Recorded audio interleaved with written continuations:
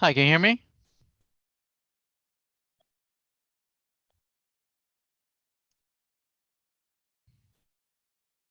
Hi, can you hear me?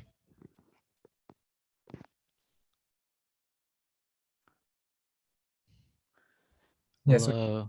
Oh, okay, thank you.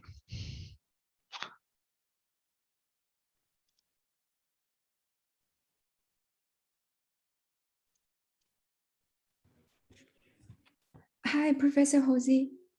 Hi, how are you? Oh, hi.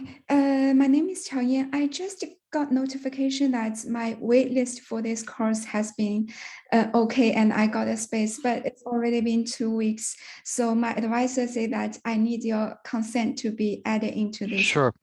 Yeah, let's chat about this after class. Okay. We have office hours right after it. We can deal with that later. Okay, sure. Just remind me. Thank Sure. you. Thank you. All right, awesome.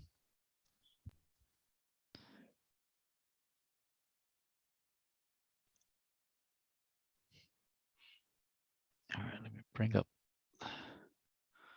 syllabus.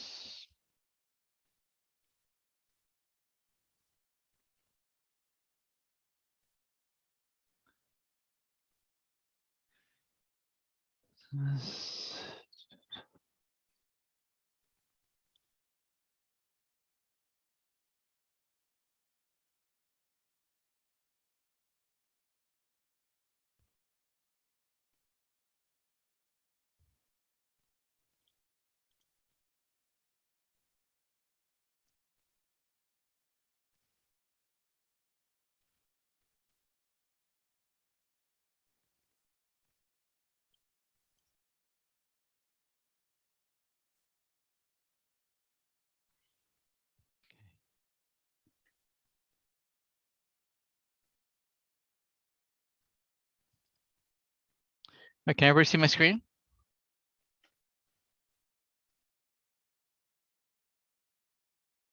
Yes, we can. Awesome. Put the chat. Can you see the chat screen? I'm putting it here on the top right. Can you see that? I hope you can't. Good. All right. I don't want it to be obtrusing. And let me hide this. Okay, perfect.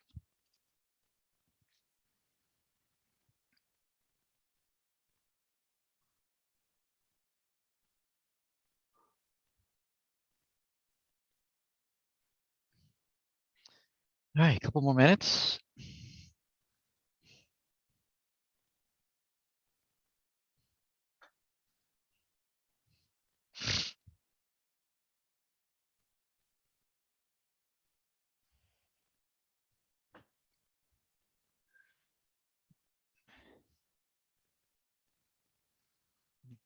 Check my speed. All right, perfect. Almost a gigabyte. Cool.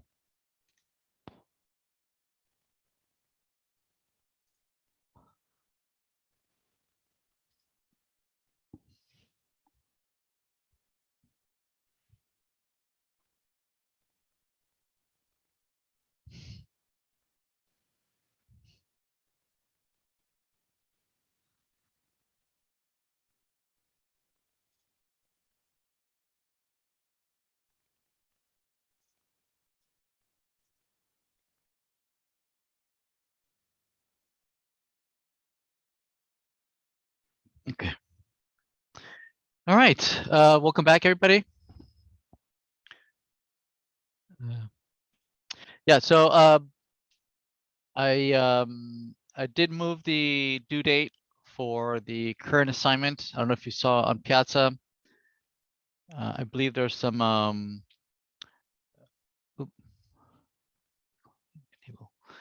it looks like there's some interviews, job fairs are happening in the campus. So I'd like to just give everybody a chance to do that. So I moved the due date for this Saturday, but I can't move the other due dates of the rest of the assignments. So that so hopefully we can get back into the normal schedule with the rest of the assignments. Okay, because then everything else would be pushed later. So just for this assignment, let's give everybody just a couple more days. When do the oops. Can you hear me? Yes, we can. Okay, good. Why is this showing sign in? Let's join meeting. Okay. Yeah, when do the fair ends? When does it go to, until? Anybody know? Thursday, I believe. Thursday? Okay. Okay, yeah. So so instead of having to deal with the finishing up the assignment by Thursday, this hopefully should give you a couple more days to finish up. Also, it looks like some folks are struggling a little bit on this assignment, so I'll go over that as well towards the end of the lecture. Might help you to get going on some of that. We could also deal some more during the office hours as well after class. So if you have questions on maybe getting started on how to style something, then perhaps you might want to stick around. And you're welcome to share your code so that if we help you, maybe some of the other students can watch and maybe learn how they can go ahead and apply the same styles for their own assignments. Okay. Yeah, so let's take a look at the syllabus. Right, so we're getting started on week number 4. And this is somewhat of a continuation of the topic of CSS and styling that we started last week. CSS is the technology that allows us to do this, right? That allows us to take the HTML document and then decide that a certain part of the document needs to be red or green, or it should have a particular font, or should have a specific spacing and whatnot, right? So that's what CSS allows us to do. And we can certainly style pages by hand, right? And just applying all the good, all the right styling and making look things pretty. Or in addition to that, right, we could take somebody else's work, right, that some other engineers who might have spent quite a lot of effort at creating styles that can be reused, that somebody could just apply to their own pages, right, and use that, right? They might have gone through quite an effort to create reusable libraries, right, that we can just include, just like we include our own style sheets, right, our own files.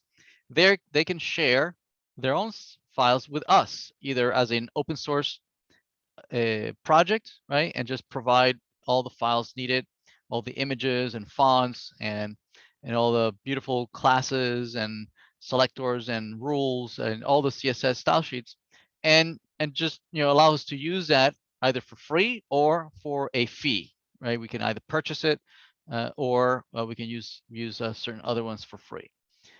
There's quite a bit of libraries out there that are competing for our attention. I'm just going to focus on 2 of them. And throughout the semester, we're going to be using these 2 libraries. We're going to focus on Bootstrap and Font Awesome, but there's tons of them out there. I mean, it's just a big plethora of style sheets, and what they are is that just like you started playing around with CSS last week. Well, these guys have been doing it for for years, and they've designed their rules in such a way that they're generic enough that you can just apply their stylings to any list or table or headings or body, and they've created widgets. They look beautiful, and you can just apply them and use them in your own day-to-day development efforts. Okay, so again, we're going to focus on 2 of them, but there's a large plethora. And now for the assignments, we do ask you to please stay within Bootstrap and Font Awesome. But for your projects, you're free to explore and use another open source library, or even purchase a professional one, that's totally fine. That's up to you what you want to do. The open source ones like we're going to be using here, Bootstrap is plenty for what we're going to be doing in class. Okay. So yeah, so we're going to be spending some time using Bootstrap. And we're also going to be introducing the next assignment, A4, which is the intent is to give you an opportunity to practice using these libraries, right? And applying Bootstrap and Fun Awesome to style the Twitter clone that we are building throughout the semester. Right, so we'll present that assignment a little later today. Also, this week, later on Thursday, we are going to have our second quiz. That's going and the topic it's going to be CSS.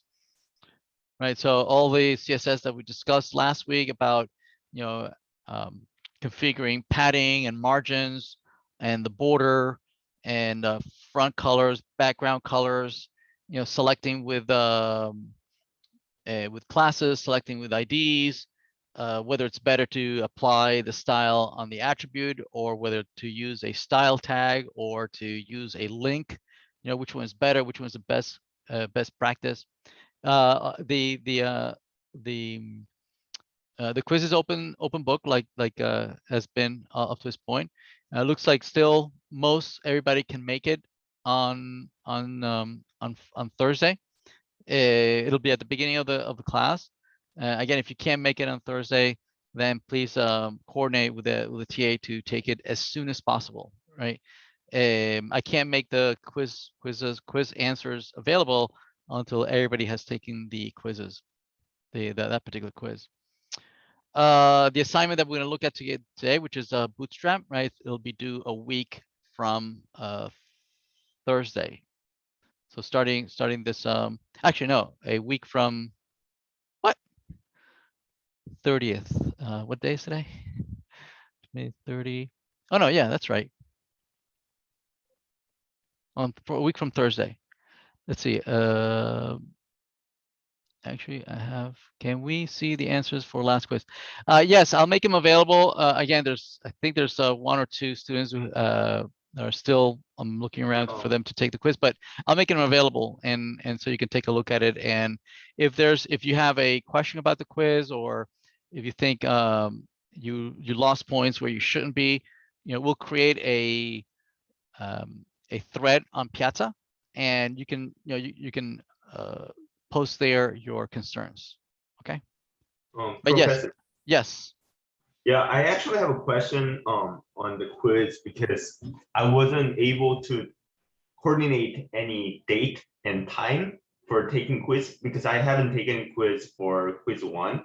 And every time when I go to TA office hour, there's like full of people, and then I had to wait until she like sync on me. So okay, yeah, let's discuss this after class during my office hours. All right, and make sure that you speak up so you're not left behind. All right, sounds good. Thank you. All right, thank you. Okay. Let's see. Actually, yeah, anybody who's left with a quiz, perhaps they can take it today during my office hours.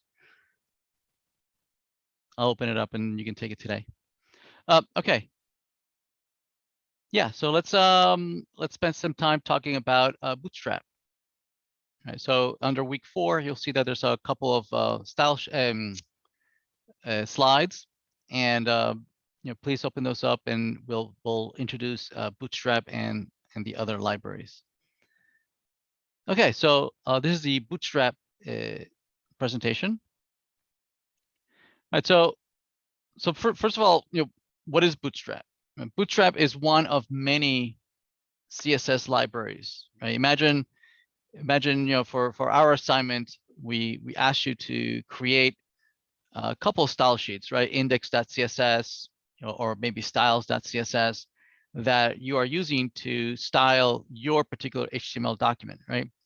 Now imagine you like how it comes out, right? You made your table look very, very pretty. or you make your your list to look very pretty. You know, you're spend a lot of time making sure that the padding and the margins and the distance between the lines or the text look very pretty. You love the font, okay? And then you start perhaps, you know, if you go to a different project, you say, "Ooh, you know what? I really like what I did back then. Let me bring that over and just reuse that same library." You know, and you start kind of having a particular look and feel that it really speaks to you, or it says who you are. Maybe you use very bright colors, or you know, use a particular color palette. And after a couple of months or maybe years of using this CSS file, right, you says, "Ooh, you know, maybe other people might want to use it." Okay, and maybe you give it away, or perhaps for a fee, right, and you charge for it, or you have folks donate. This is pretty much what Bootstrap is. Bootstrap is a set of CSS files, okay, that have evolved over time and created by professionals that have been able to create a nice set of um, libraries and classes. And so let me show you real quick. The library is available at Get Bootstrap. Okay, so it's this one, and this is where we're going to ask you to download it from or install it from, and this is where it is. Okay, so here's just a couple examples of some of the things that you can do with Bootstrap, right? And they give you some examples on how to use headers or buttons at the top, or for login, that you can style it with white or black, and be very dark with a search bar at the top, right? With some drop downs, right? So these are examples on where you can get started to make your pages look professional. Okay, you have icons, right, with buttons and whatnot. You know, it's examples on how to create a piece of content like this with an image, and then some centered text and some description of your website, and with two buttons that allow you to then navigate to other parts of your website. Maybe add a screenshot at the bottom, right? And how to add some hero images on the right hand side, and then the content on the left hand side, and split it up into two columns like this, right? Or, you know, another common way of laying out content for your website, where you have, you know, a couple of columns with icons at the top and a small blurb that describes some content, and then a link that allows you to navigate to the rest of the website. Okay, so these are all templates, right? These are all templates that you can just copy and paste these templates and make it look professional like this, without you spending so much time tweaking the CSS and you know, and changing the padding and the margins and the colors and the white spacing and all that, right? So somebody has already gone through that, right, through years of experience, and now they've packaged all this into a reusable set of files. Okay, and so from now on, we're going to be using these libraries, right? You're already suffering through the CSS doing that on your own, right? And you saw that it's fairly challenging to make things pretty using CSS. It's sometimes it's not intuitive on how to use it. And so this is kind of me teaching you or giving you a hint on learning your multiplication tables, right? And today saying, well, you know what? Here's a calculator, right? And you'll never have to learn the multiplication table, because here's a calculator. It looks already pretty. You don't really have to do that. Well, not true. This style that Bootstrap defines is it's fairly generic, right? And you might want to override or customize the look and feel that the default look and feel of Bootstrap. And that looks very professional. It looks very, very pretty, but nevertheless, you might want to make it your own, right? Where you might want to change a little bit of the fonts and the background and the foreground color and the color palette. And for that, you need to know CSS, right? You need, to be able to understand what they're doing so that you can modify it, right? And read through the documentation. You'll need to know CSS, okay? But typically folks in the industry, in professional industry, they don't start from scratch, right? They start from a foundation, a well-defined, oftentimes professional or industrial strength CSS library, and then they build on top of that, right? So that's the intent of this week, is to introduce you to these industry strength libraries that you can then build on, right? Or maybe redefine. Let's see something on the chat. Yeah. Okay. Other examples. Where was?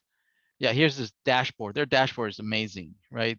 You have a left-hand side with a sidebar, and on the right-hand side you have the main content that you have. Oh, there's nothing here. You have nice tables with changing the colors from one row to the next. You have links saved, and so different ways that you can navigate. Company name, a search bar at the top, sign in and sign out, right? So their dashboard is very, very professional. Okay, they have other example about how to break up content in a grid, right? So that you can have multiple columns and multiple rows of column, right? And you can break it up into 3 parts, into a little bit more on the left, on the right, and then like sidebars, and then the main content in the middle, or the main content on the left, and then a little bit on the right. So this just shows you examples on how is it that you can split up and lay out your content, right? Using these columns and these rows as the main ways of breaking up the page. Okay. All right. Yeah. So it's folks have already gone through this and really thought about it. And so you can just use a lot of this from out of the box. Okay. Their documentation is very, very good, and their layout on showing how to lay out things in a grid, is very well documented, right? So that you can make it responsive. So that by responsive we mean that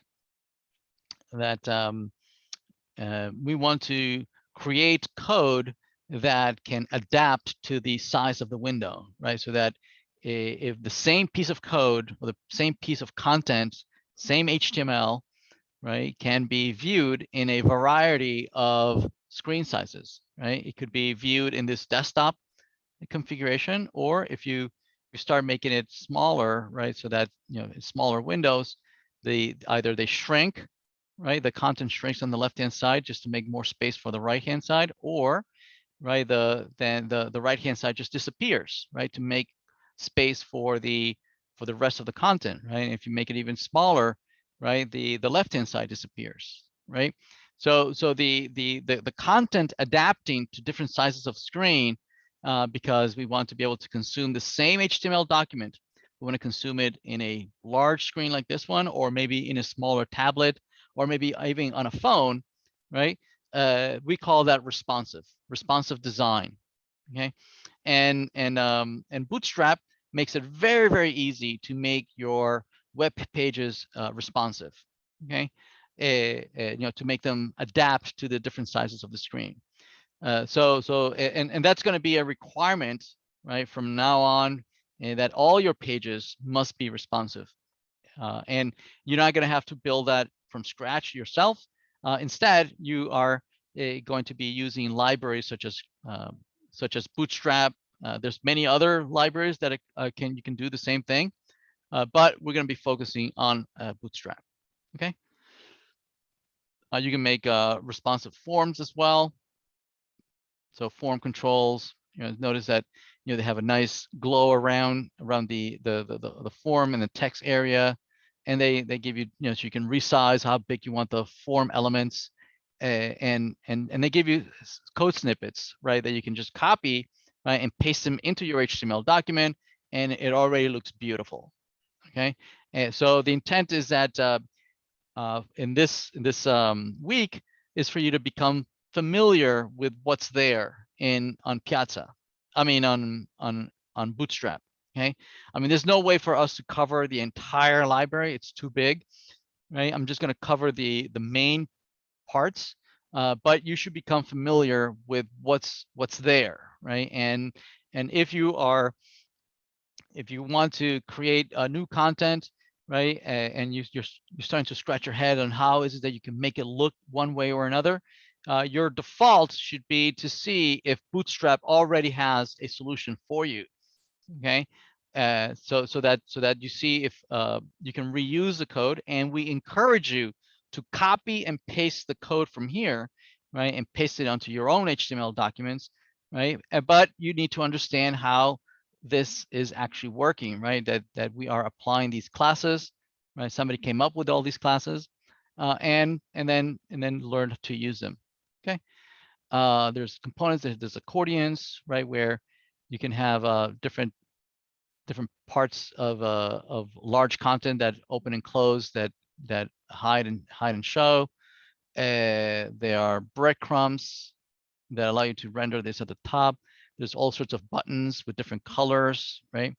And that you can make them, just highlighted. You can give them big, small. You can disable them. You can make buttons on the left-hand side, on the right-hand side. You could have lists, just plain all ULs, right? Just applying with just a simple set of classes, you can make a list that looks professional, looks pretty, as opposed to just having the bullets, right?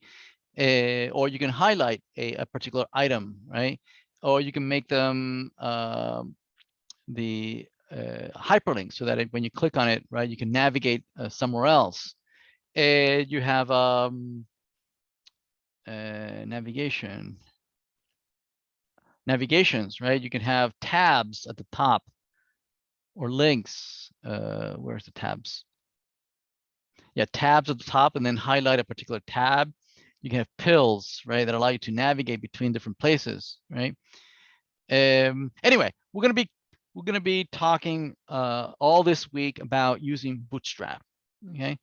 And Font Awesome. So Font Awesome is a library that allows us to use different fonts for different icons, right, that we want to display. So for instance, in the icons, you can search for different icons that you want to use art, right? So you can look for heart.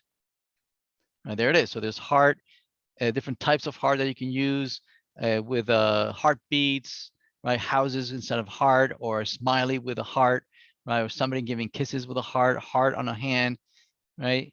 There's all sorts of different brands, right? You can say Twitter, right? You have the Twitter logo, or the Apple logo, right? Or the Google, all the different logos, right?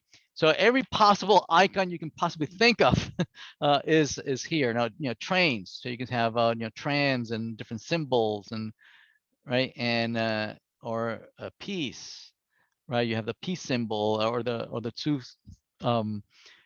fingers and whatnot, right? So any icon that you might iconography that you might want to use, right? First, look for it here in Font Awesome, right? So that you can use that in your code, right? So this week we're going to be using these two libraries, right? One for laying out content and making the overall web page look professional, and Font Awesome for displaying images and whatnot. You can also use all sorts of animations as well, right? So for instance, you can animate Font Awesome, animating icons. So for instance, you can make things rotate, right? It's the same icon, right? But just by adding a particular set of classes, boom, you have something that is rotating.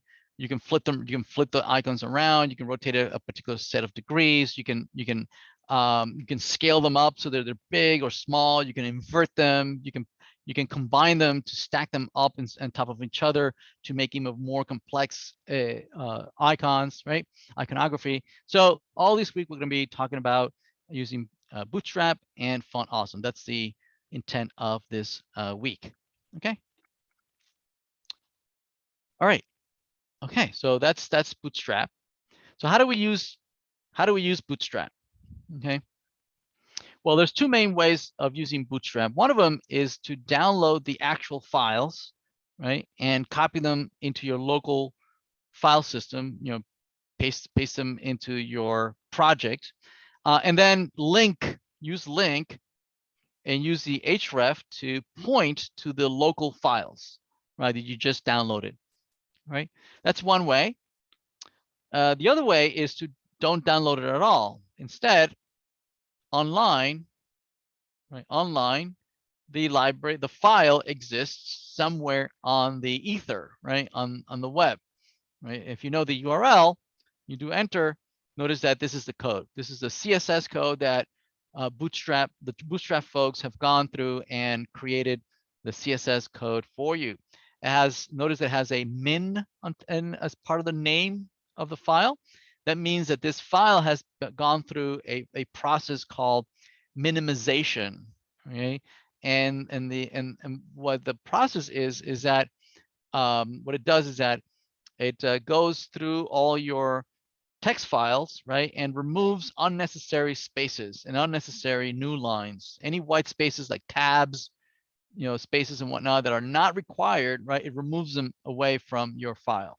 And what it does is that it reduces the size of the file, because you're going to be downloading this file from this server onto your website, right, using the link, using this href. So you want to minimize the time it takes the browser to download this CSS file onto the copy of the browser, a local file, right? And so, to make the page snappier and more performance. Okay. Now there's notice that I have here a preferred, right? We say that, notice that it's part of the CDN, or Content Delivery Network, right? And this file indeed lives as part of a CDN. See that? What a CDN is that it's just a server, right? That it's maintained very well. It's meant to store or host files that a lot of people are going to be using. Okay, just like us, we're going to be using Bootstrap. There's going to be millions of other folks who are using also Bootstrap, and it's the same exact file.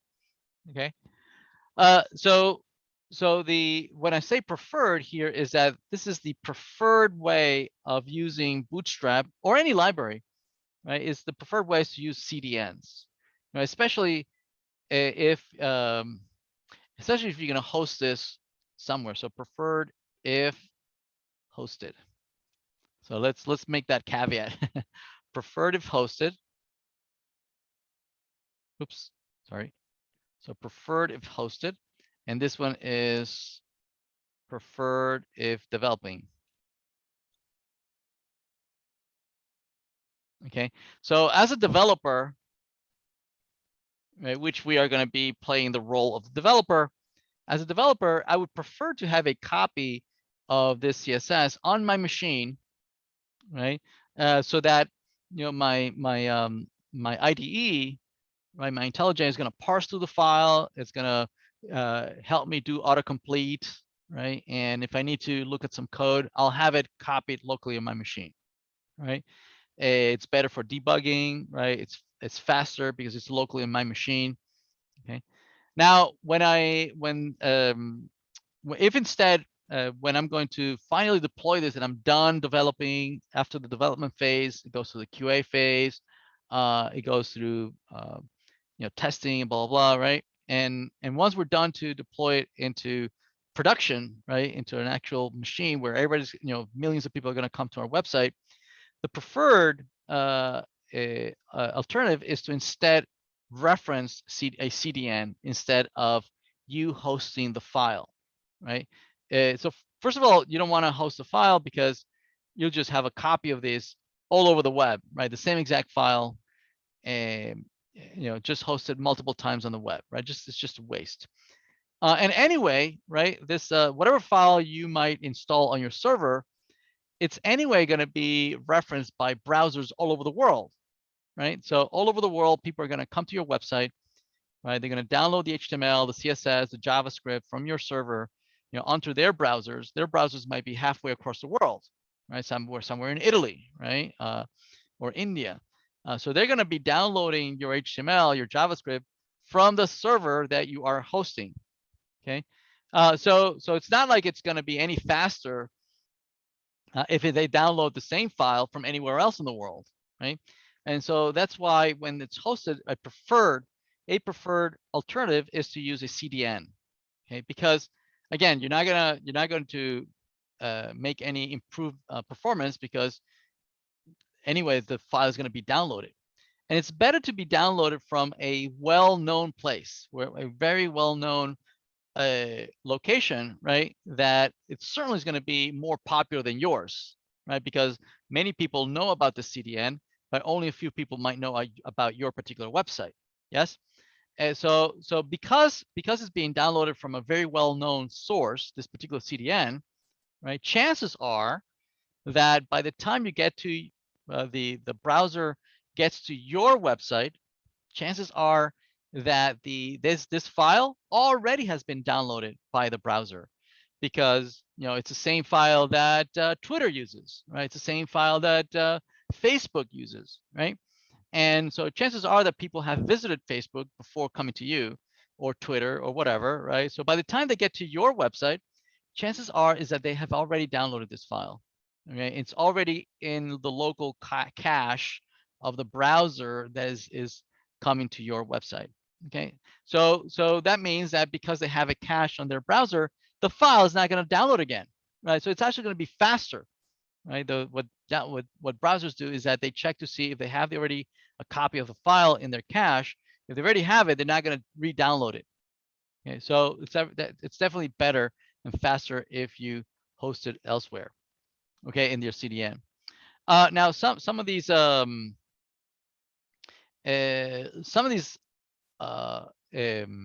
is it, for instance,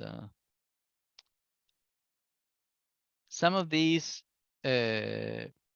widgets, okay, have some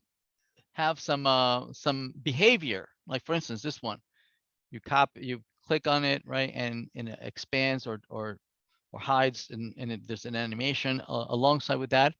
And so to accomplish that, you need JavaScript, right? We haven't looked at JavaScript just yet, but Bootstrap has its own JavaScript set of libraries, okay, which accomplish some of these behaviors, right, of expanding or collapsing or doing some of these nifty animations, right? Okay. So yeah, if you're using those animations, then yeah, you need to also not only install the CSS, but you also need to install the JavaScript. Okay. Right. So what else? So yeah, Bootstrap, like many of these new CSS library, they target, or they're designed specifically, or not specifically, but they have a very good support for what we refer to as mobile first, meaning that there's you should follow when you're designing your web pages, you should at first design it for the small screen. That's where you should start. Okay, so you should think that most of the people who are coming to your website, most of them are going to come through a mobile phone, right? Something small, a small screen, right?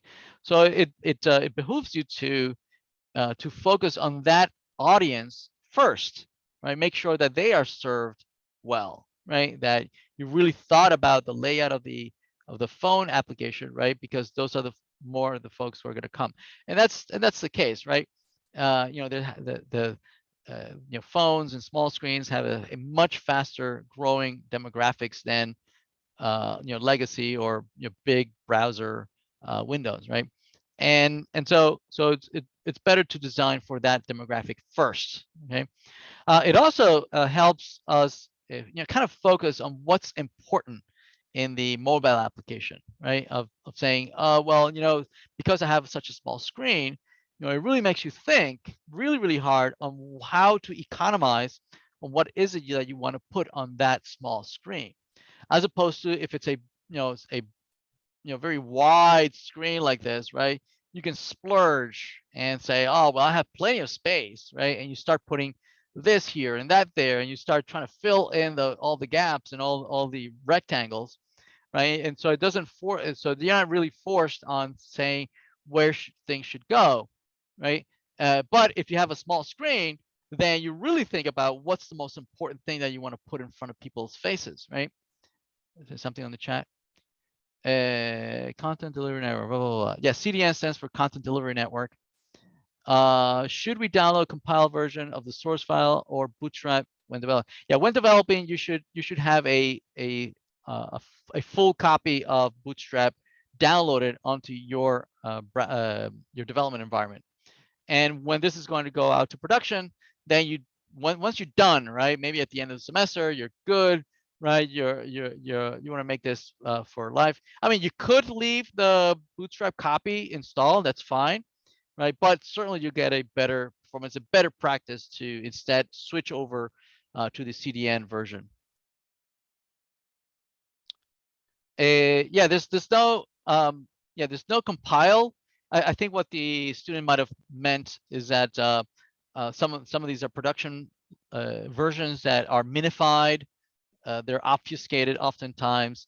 Same thing with the JavaScript, right? A compiler has a transpiler has gone through and removed any additional spaces. It might have also, if you had like 3, 4, 5, or dozens of JavaScript files, they might have concatenated them all into a single file so that they are downloaded more efficiently. That's faster than a browser is faster to download a single file than download. A single big file gets downloaded faster than downloading 10 small files. Okay. So anyway, yeah, a couple of words. It's okay. A couple of words on mobile first as well. The viewport, right? As part of the HTML, inside of the head tag at the top, right? There is a type of tag called the meta tag, right? And there you can specify some meta information about your document, right? One of the things that you can specify is the viewport, okay? Viewport. So when, I don't know if you remember when the first time we ever saw a full-blown browser running on a small device, like a phone, right? The first time that I saw it was on Safari running on the first iPhone, the very first iPhone. If you remember, Steve Jobs brought up the Safari browser, right? And he went and he was boasting on the fact that you can visit any website, right, out there. And indeed, I believe he did. And you could see that the page was downloaded. You could see the actual page render on this small, tiny little bit screen, right? Now, the problem with that approach is that, you literally get the same exact page that you would get if you were using a full-blown browser on a desktop, okay? So what the browsers do on the phone by default is to try to recreate exactly what you would see on a browser that is much bigger, okay? And that's not going to work, right? Because on a big browser, then you could read, right? That the font is big enough that I can read. Now, if I try to shrink that whole thing into a small, tiny, phone, right? It's just not gonna work. I can't read that. It's way too small. And I remember, Steve Jobs demonstrating that, you could, well, if it's too small, you can just double tap and it'll zoom in, right? And you double tap and it zooms out. That's fine, but it becomes tiresome having to zoom in and zoom out. Also, I think he demonstrated that you can pinch and zoom, to be able to see the content and read it better, right? You can zoom out and see it. I mean, that's great, okay? But still, right? When you zoom out, the font is way too small to make any use of it. So what the meta tag, the viewport meta tag does, that it allows you to override the default, okay, the default behavior that the default behavior is to scale, right, to shrink the content so that it fits into the width of the device. Okay, and so what we want to do is to tell the browser not to do that, right? To leave it alone. Don't scale. Leave it at 100%. Don't shrink it to fit, right? I wanted to leave it in the original size that you had, right? And to do that is by using these content attributes of device width, device width, right, and initial scale 1, meaning leave it at 100%, right? Don't shrink it to try and fit it into that smaller viewport, okay? And so, but that would mean that then it would be huge, right? Just would not fit, which is fine, because what we're going to be doing is that instead we're going to be styling, right? We're going to be styling the content in such a way that we're just not going to put that much content in the page, right? We're just going to put maybe a label and an input field, and that's it, right? Or maybe just a little heading and some small piece of text. So we're going to limit the content that we're going to put in a small screen, right? As it starts shrinking, we're going to drop the left-hand side. We're going to drop the right-hand side, right? We're going to, leave the font on the size that we can read, right? But if the input size, the input field, instead of being stretched out to 1,000 pixels, it's going to be shrinked to the size of the phone. But you can still use it, right? Because it's a nice height, right, that you can still tap on it and you can still use it. So that's how you can tell your browser not to shrink, right, and leave it in its original size. Okay. So Bootstrap, once you've installed Bootstrap and you make it and you can start using it, right? The way you use Bootstrap is by applying, right, certain classes, right, that are Bootstrap specific. Okay. Now there's no particular way of knowing that a particular class is Bootstrap. Unfortunately, they did not follow a naming convention that makes it easy to know that this particular class it's not yours, it's somebody else's. It's a class that was created by Bootstrap. So I have suggested that classes that that you write yourself for this class, because this class is called webdev, right, web development, right, an acronym or a prefix that makes sense is to use WD, webdev.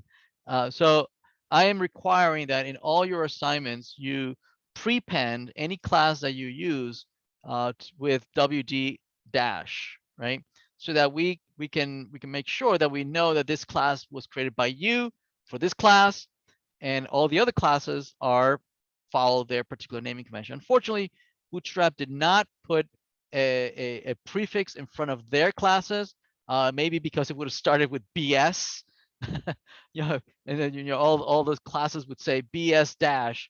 So I guess they could have chosen something, right? But they didn't. They didn't put it. So I just know that container fluid is just one of many Bootstrap classes that are used for containers. Containers meaning it's kind of like the overarching wrapper of the entire page. Okay. And what containers do is that they they add some nice borders, right, around your content, right, to make sure that your content doesn't look weird, flush against the window of the screen, right? Now there's two main container classes. One is just plain old container, right, and the other one is container fluid, right? You can use either one. Container is great for creating these websites that have their content centered in the middle, right? If you go to any website today, you go to CNN or you go into any of these websites, you'll see that the content is just one column and it'll have some margins on either side, right? And the content is centered in the middle, right? That's container. And it's responsive as you make it small and big. It grows with the content, right? And so definitely use container or container fluid. And the assignment, I believe I asked you to use container. The other part is the grid, right? The grid system. So if you remember, it's and from the assignment, the CSS assignment, you might have realized, right, that HTML, prefers content to be displayed from top to bottom, right, vertically, right? You have the headers and then the paragraphs and the div and then the UL and then a table, and things grow from top to bottom, right? The content. Now, oftentimes we want content to be side by side, right? Like columns, like multiple columns, and CSS, I mean, HTML doesn't really support that, other than perhaps using a table, right? Tables do allow you to create like a row, and then you can lay out things inside of the columns so that they render side by side. That's a bad practice. You should not use tables for that, right? Instead, you should use the following, right? You should use CSS. CSS has mechanisms, as you might have seen in the assignment, in the previous assignment, that allows you to lay out content side by side. Okay, and the way it does that is by using I think it's called the float attribute, right? You can float left, float right, and things either just stack on the left or stack on the right. Okay, well, Bootstrap uses this very, very effectively. Let's see, is there a question in the chat? Should assignment 3 be designed with mobile first behaviors in mind? No, not yet. Assignment 3 does not deal with mobile yet. Okay, when we get to Bootstrap, which is this week's assignment, then yes, we are going to be talking about how to do things mobile and responsive and whatnot.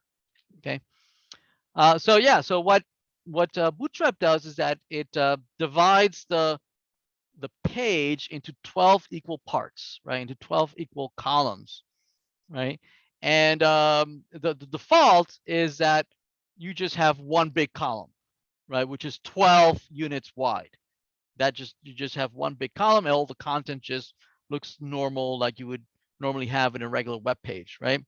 But it allows you to break it up into parts, right? Maybe 4 equal parts, where each one is a third, a third, no, 1/4, 1/4, 1/4, 1/4, right? And they're all equal parts, right? It allows you to break it up into rows and columns, right? In that way, okay? And then it gives names, right, to how much you want to, what kind of width do you want for your content, right? You can choose these classes, column COL, right? And the 1 in here, don't pay attention to the MD just yet. Okay, so column 1, 1, 1, 1, 1, 1. So there's 12 of these that would fill up an entire width of a screen. Or you might choose 2 columns, right, where one is 8 and the other one is 4, right? So they have a relative size with one another, right? That they all add up to 12, right? So 8 and 4, or 3 of 4 units each, or 2 of 6 units each. And you can mix and match, right? You can have 1 of 6 and then 6 of 1s, right? You can have 1 of 8 and then 2 of 2s, right? Or you can have 4 1s here, 2 2s here, and a 1/4 here, and you can mix and match however you want it. And this allows you a lot of flexibility on how is that you might want to lay out your content. Very, very powerful, without the use of tables. Okay, you can do everything the table can do, even better, right? And again, tables should only be used for tabular data, right? That has our records. You have headers at the top that describe the content of a particular column, right? And all the elements in that column are of the same data type. Okay, this should not be used for layout. That's a bad practice, right? Instead, you should use some kind of grid system. This is one of them, right? This is the one implemented by Bootstrap. There are many other grid systems out there. We're going to stick to Bootstrap. So here's just an example of using lots of columns here. Column 1, there's 12 of these. Or here we have 1 row. So there's a row with 2 columns, 1 8, the other one 4. Another row, right, with 3 4s, right? We have then 1 row with two 6s. Okay. Now let's go back to the SM, MD, and LG. Okay, so what that means is that so Bootstrap with supporting that now it wants to support multiple sizes of the screen, right? And wants to give you control on what is it that you want to show at different sizes of screens, right? You might say that, hey, at the widest, I want a sidebar on the left, I want to have the main content in the middle, and I want another sidebar on the right. I have plenty of space, yes? But then as the screen starts getting smaller, from the extra large to large and then medium, that's what these mean. SM for medium, for small, MD for medium, LG for large, right? So what this is saying is that for a large screen, I want this layout of 6:6. I want that to be true for large screen and above, right? So it'll be half and half, right? For the medium sized screen, I also want half and half, right? And so on and so forth. Okay. So yeah, so now you can target layout now by size, by screen size, right? And the latest version introduces extra large and also introduces extra large. Okay, those are the the big gaming monitors where from 360 you can see from side to side. Pretty cool. So you can split the content as like in a very one of the popular ways of splitting up the page, right, is with a a left hand side like a sidebar, right, and then the main content on the right. So there it is. So we have a 2-column with left side and then a 10-column right hand side, right? So here's an example, and so let me just show you. Okay, so for instance, let's take a look example here of this split view. So for instance, let's create here a folder where we can just do the lectures, and this is for week 4, I believe, right? Week 4, we're doing Bootstrap. And let's create here an index. It says index.html. And there it is. And I don't believe you have, did I download Bootstrap already? Apparently not. So I'm going to quickly install Bootstrap using this hyperlink. I know with this hyperlink right here. So I'm just going to copy that. And I'm going to put it at the top of the head here. So there it is. I have Bootstrap installed on my library. Okay, and I'm going to have here a div, and it's going to have my container class container, right? And I get a couple examples here. So H1, and we're going to have a demo here on the navigation demo. So I'm going to just copy this navigation demo. Okay. Okay, so let's run this. There's my navigation demo, right? And notice that as I resize my screen, you'll notice that as I resize my screen, you'll notice something. See that there are breakpoints. See that? As I resize the screen, it shrinks, right, up to a point, right? And if I keep going smaller, right, it shrinks again, right? To trying to adapt to a smaller screen, So as I go through this, right, the different breakpoints, right, are targeting very common screen sizes, right? So it's getting smaller and smaller, smaller and smaller. Okay, so it got to a point where it's not going to adapt anymore. It's assuming that it's running on a browser, right, or small tablet, right, and that's what you get. Okay, right. So if we copy from this, let me bring this over here. If we copy from the spreadsheet, from over here, the split screen, let's look at this, right? So we can create a row, one row that contains maybe 2 columns, right? Div, okay, and so this is column, left column, right? And you might have a right column. This is right column. Now, by default, the behavior of this, right, is to just render them vertically, right? That's the default behavior. Let's make this maybe even bigger. This would be H2, and same thing here. So that's the default behavior. Okay.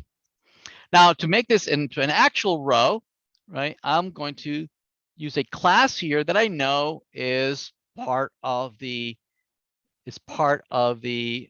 Bootstrap library row, right? And then I can make these two divs into columns. I'm saying class column. Okay, and this class column like that. Right. If I come back, notice that now they are columns, they're side by side. Now the default behavior is to give each column equal width, right? Or just even it out across all the columns, right? So if I make this into a center column, right, and then I make another column on the left-hand side, on the right-hand side, sorry. So this is right. Now I have 3 columns and they're all equally spaced, right? If you take a look at this and you inspect, and let's put this on the bottom. And okay, notice that there's my row. That's the entire row. And then I have the column here. I have my 3 columns, and I hover over each one. Notice that I have those 3 there, right there, right? I can add some main content there. I can say some lorem ipsum maybe. Lorem ipsum. Let's download some just dummy content. Let's copy a couple lorem ipsum, copy. So we can paste some content under each one of them. Maybe under a paragraph, so paragraph. There we go, and I can copy that. Let's go back here and refresh. Notice that indeed I have paragraphs with that content. Okay, all in a layout where I have 1 row and then 3 columns. Everybody good? Excellent. So notice that if I start going smaller and smaller, notice that they shrink, right? They shrink. So they're already adapting, right? They're already responsive, you know, and become smaller and smaller. Notice that notice that it doesn't fit. 3 columns doesn't fit, so it becomes now 2 columns, and then it wraps. See that underneath? It wraps. So that's the default behavior. Right? I can override that. And say, well, yeah, the default columns just evenly space out the content, but I might want to say that, well, no, the center column really has the main content, right? The left-hand side is just a sidebar, is minor, right? So I might say that on the left-hand side, this is 3, right? And on the right-hand side, it's even less important, the right-hand side. And then the center would take the rest of the content, right? So if I have 3 and 2, that's 5. So in the middle, you get 7. Excuse me, Professor. Yes. Sorry, hate to bother. Do you mind if we get a copy of the code that you're working on right now, just so we can follow along? Sure. I can push this to GitHub for you. Sure. Yep. And so if I refresh, notice that now the content is overwritten, right, from what I originally had, right? It's not using the default behavior of evenly spacing it out, but now it's saying that now they are relatively different from each other, where this is 3 units wide, this is 2 units wide, and this is 7 units wide. See that? And now even if I go below, notice that it maintains the relative widths, right? Even as it hits each one of the thresholds, right? And then when I get smaller and smaller, right? But notice this time it doesn't wrap. Right? It always makes sure to maintain the relative width no matter what. Okay, because I overwrote it. I told it, no, you have to be this. Okay. All right. So what we might want to do is, for instance, is maybe hide or just remove one of these contents because it just doesn't fit. Right. So we'll see how to do that in a minute. Now. You might decide, right, that as this becomes smaller, already here is way too small. Already here is very hard to read. So you might decide that perhaps this in a smaller screen, in a really large screen, that's fine. It's totally cool.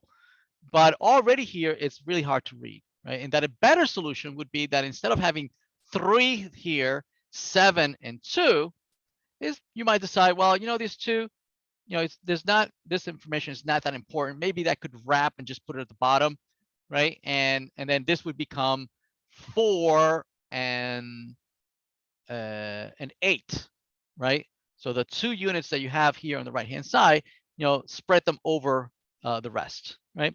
And so that's how a grid system can work, right? When you say column 3, 7, and 2, what this actually means is that it really means that you're configuring for the smallest screen and above. So all the sizes basically, right? From the smallest screen to the medium size, for the small, small, medium, no, extra small, small, medium, large, extra large, and extra large, right? But you can be a little more specific and say that, hey, this is okay. This layout is actually okay for really big screens, right? So what you might want to do is say, okay, well, this is not for all the screens, but only for really large screens, right? So I might say that this is true for extra large screens. That this configuration is good only for that size screen, right? So if I refresh, wait a minute, I think I'm zoomed in. There we go. Okay, this is what it really looks like, right? So for a really big screen of my monitor, I am keeping the layout that I had earlier, right? 3, 7, and 2. But as soon as I start going smaller, right, I'm no longer extra small, right? And then the layout defaults to the original behavior of divs, right? So meaning this layout, right, no longer applies, and then divs just revert to their natural behavior. Their natural behavior is to just render from top to bottom. You see that? So this allows you to decide, that it adapts. That's why we call it that it's a it's an adaptive. It's responsive, right? It responds as you change the sizes, right? So this is extra large, and then now it becomes just extra large, right? But maybe I still, you might decide that for extra large, it's still good. I mean, it's still big enough to display 3, right, 7, and 2, right? So you might decide that maybe we do the same. We can say column extra large. Maybe you decide, yeah, well, maybe we could take away a little bit of the space on the left-hand side and maybe give it to the center, right? You might say that for the extra large, I might give it 8, right? And the right-hand side, I might just still leave it at 2. Okay, so let's take a look at that. Now I'm going to refresh. Okay, notice that now, right? Notice that now the 2 sides on the left and the right are now the same size, 2 and 2, and the middle one is 8. So notice what happens if I make it bigger. It goes back to 3, 7, and 2. If I make it smaller, now it becomes 2, 8, and 2, right? And as I become from extra large to extra large, I'm still in extra large. Now I am in large. Okay, and in large, I might say, you know what? In large, there really isn't any space for the right-hand side, right? So I might say that, for column large, right? I might say that I'm going to leave it at 3. I'm going to leave the space for this column large. I might say that I want the rest is 9, and then the right column will just wrap and go all the way underneath, right? It will have its default behavior. So there it is, right? So I have now the left-hand side is 3, this is 9, and then the right column just wrapped underneath, right? So now this becomes this, 3, 7, 2, and then it becomes 2, 8, 2, and eventually becomes 3, 9, and then it just wraps underneath. And below that, there's nothing else, so it goes back to its default, right? And then you can just read it on a phone, right, from top to bottom. That makes sense? Still everybody with me? Obviously, this will only come with you, practicing it and playing around with it. And the assignment asks you to exercise these features. Actually, let me introduce the assignment for you. That's going to give us a good chance to just discuss this. Let's take a look at the assignment. So styling web pages with CSS libraries, right? So learning objectives is to learn about Bootstrap and Font Awesome. It's going to ask you to copy all the content that you had for assignment 3, copy it into assignment 4, A4, right? And do all your practice under Bootstrap, okay? Just like we've done all along.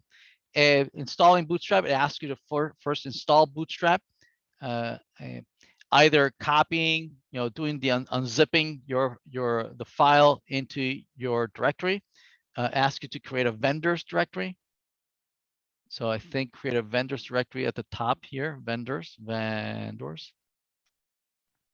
And put Bootstrap in there.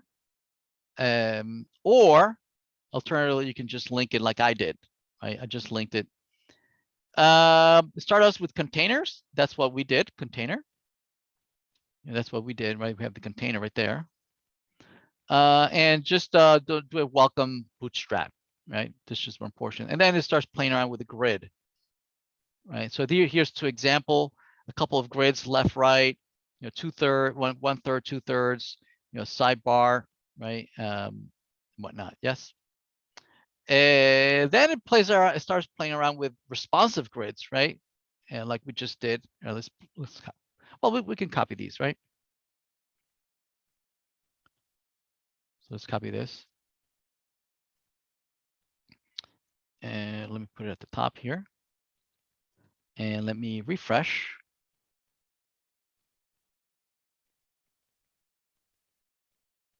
Right, there they are. So you have left, right, 1/3, 2/3, blah, blah, blah. Wait, what happened to my colors?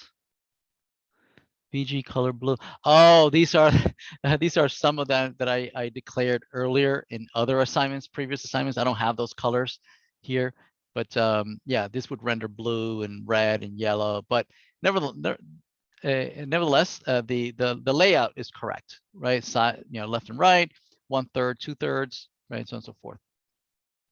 Which should render like that. So if you don't have these colors from previous assignment, that's fine.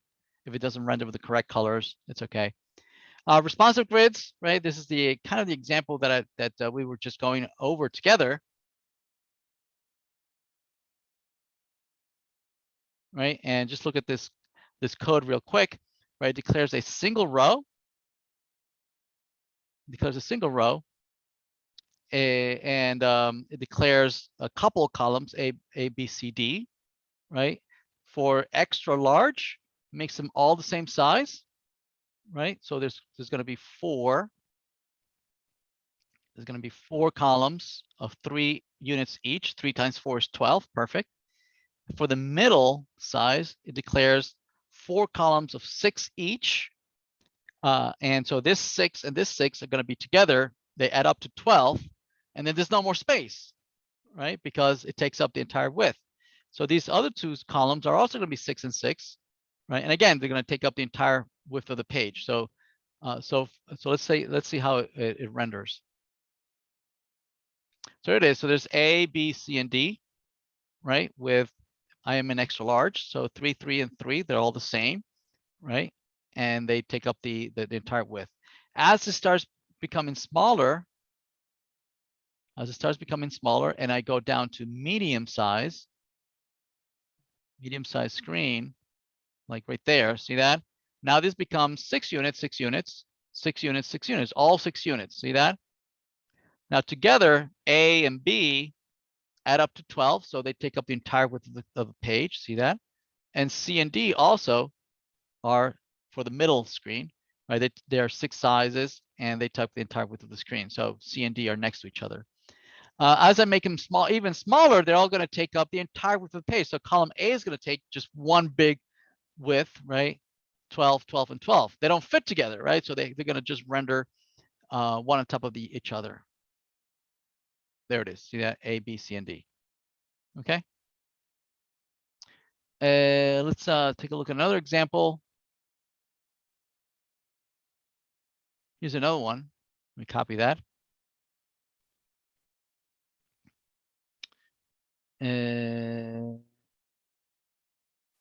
Well, it's just a bigger. It's a bigger version of the one before.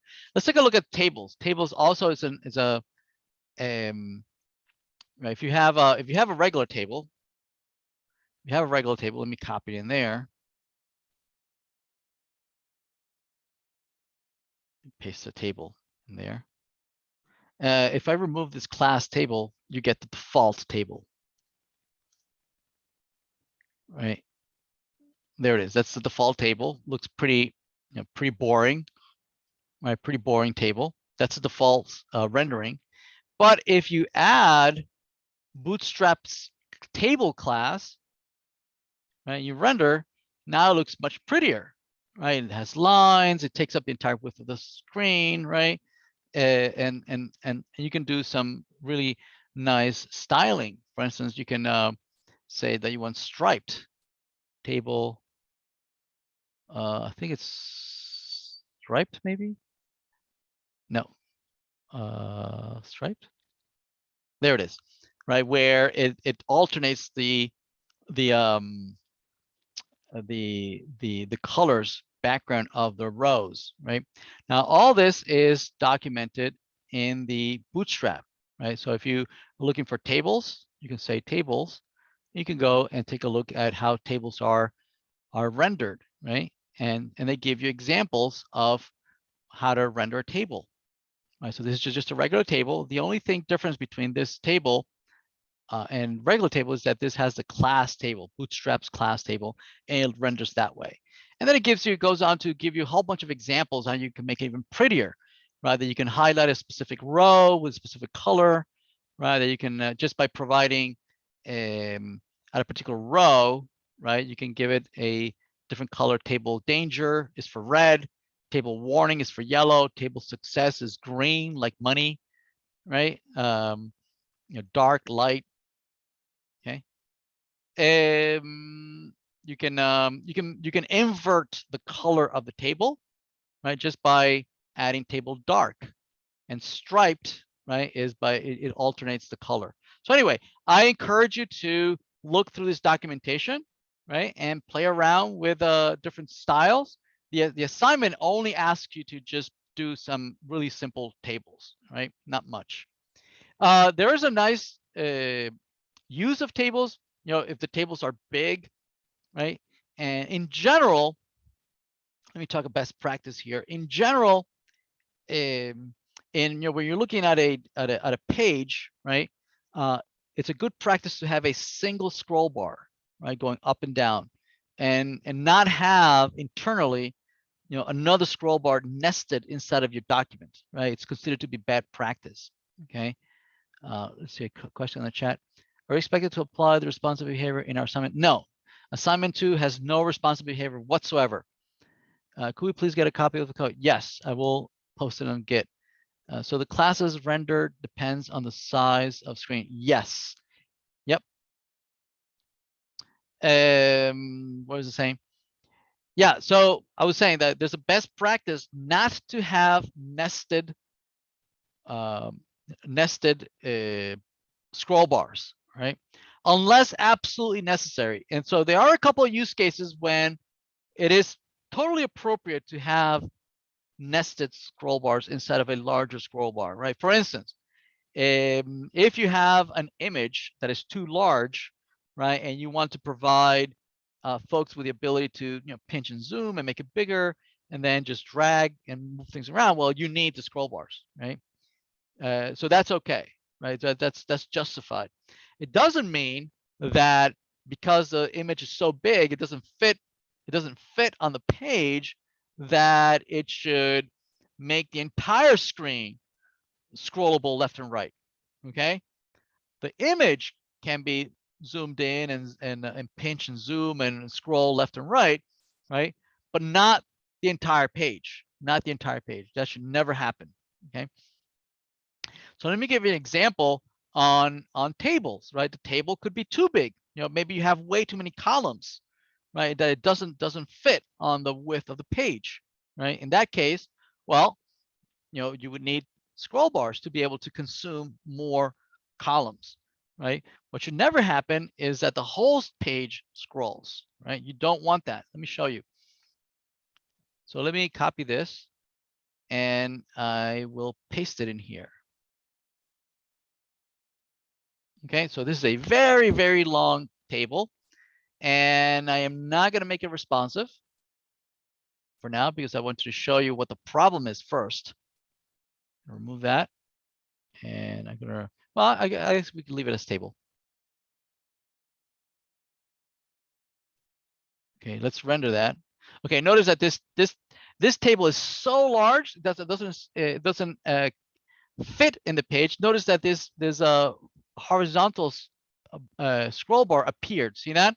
That should never happen. You should never let that happen.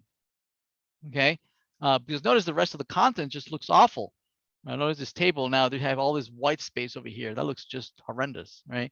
Notice you have all this white space here. That should never happen, right? So that scroll bar, it is okay to apply that scroll bar to that one single table though. That would be okay, right? That you could scroll maybe just the table, but not the entire screen, okay? So let me show you how that can be done. The way it can be done is by adding this outer div, right, to your table, or to the table that you had, and applying the class table responsive. That's a Bootstrap. That's a Bootstrap class, and you can look it up at Bootstrap. You can look it up. Is it here? Maybe responsive. Yeah, responsive table. There it is. So there's this example is from here, right? Notice that this table is too big to fit, right? And you can scroll left and right. Let me show you. Okay, so now let's refresh. Okay, now see that there's no scroll bar at the bottom of the screen, right? Now just only the table has a scroll bar, and you can now consume the very, very long table. Make sense? This is just an example of a best practice, right? Of never having, the bottom scroll bar, and then only using nested scroll bars when appropriate. Okay. Lists, again, as I mentioned earlier, right? It's very easy to make lists look professional, right? And where you just add a couple of classes, one to the UL, right? The class is called list group, and then each item, right? You add the list group item, plus any element, any list item that you might want to highlight as being the active one, right? Like highlight it, right? So let me just show you. There it is. You have my favorite movies, Alien, Terminator, Blade Runner, blah, blah, blah. Now this looks much, much prettier than what you would get with just a plain old bulleted list, right? So this looks so much more presentable, okay? Or you can make lists of hyperlinks. There it is. Forms, the Bootstrap has very good support for making forms look spectacular, right? So here we have an example of a form, right? It behaves just the same way of labels that allow you to highlight the focus, right? But notice how nice and wide they are, right? They take up the entire screen of the entire width of the screen, especially on a phone, right? This looks very, very pretty, right? That you can very easily tap on it, right? And start interacting with the form. Let's see, there's a question in the chat. Why 12 columns? Why not some other number? Yeah, so it's 12 numbers, 12 units because it's borrowed from the printing industry. When in 1490 something, whenever the printing press was invented, folks started printing and they found out that people, it's hard to read very long lines, so they started printing papers, periodicals in columns, right? 2 columns, 3 columns. As the papers got wider, or magazines, they started printing in multiple columns, so that it's easy to just move your eye left and right. So it's nice to have it compact. 12, the printing industry uses 12. I believe it's because you can easily divide it into multiple fractions. Like it's an easy number to divide by 2, by 3, by 4, by 6, right? So it's very easy to make fractions and come up with a nice layout very easily. So it's a nice round number. So the class's render depends on that. Yes. Also, I was gonna say my Align background comes in handy for this. Oh, So okay. my undergrad was in English. So Okay. the way that old books were printed was not actually in 1 by 1 by 1 page order. And there were different classifications of print books. So there was like a duodecima book was a book that was printed on broadsides, and there were 12 pages per broadside. Okay. And so it was folded up and like divided as such. And that's why letter openers were so much more of a thing, is because you actually have to manually tear open each page as you went. So in addition to just the column numbers, a lot of the publishing industry does work in like stuff that's divisible by 12. Yeah. Yeah, that's awesome. Thank you. It's a great anecdote. We borrow a lot from the printing industry. Let's see what else. Forms can also be, but there's drop downs, right? Nice looking drop downs. There's switches, nice looking switches, right? Which is basically a rehash of the radio button, right? Ranges, for sliders going left and right. They look really pretty. Add-ons allow you to tack on content on the left-hand side, on the right-hand side, right? Forms can be responsive so that you can easily make a form that works just as fine on a big screen, where you can lay out, you have enough space to lay out the form in the horizontal way, where you have the label on the left hand side and the input field on the right hand side, or you can make it responsive so that when you are in a small screen, they render vertically, right? And there's a threshold by which they change, right? So if they make big, and then they switch, see that? And they can be responsive, right? So anyway, so this is your practice part, right? You're being asked to recreate what you are shown here on the right hand side by just copying and pasting like what I'm doing, right? And just verify that it's rendering as shown on the right. And you're being asked to read through the code and try to understand where it got from. I have a link where I got the example from, so you can always click on the top, right, responsive form, and then it takes you to documentation of where I got that example from, right? And so if you could read through this and just become familiar, you don't have to memorize any of this, right? This will always be open book. You'll always be expected to be able to just come to this content and just copy the snippets here and there and just reuse them as is, okay? So you'll never be expected to memorize any of this, okay? But you are expected to quickly find out where things are, right, or be familiar with them, so you can use them in your project or to make your assignments go faster, right? Cards allow you to create these nice divisions with images and titles and descriptions and a small navigation button. Tabs allow you to create this navigation that allows you to show a lot of content easily by selecting different tabs. Another version of the tabs is just pills, right, that rendered like buttons, but they're next to each other and they're meant for navigation purposes.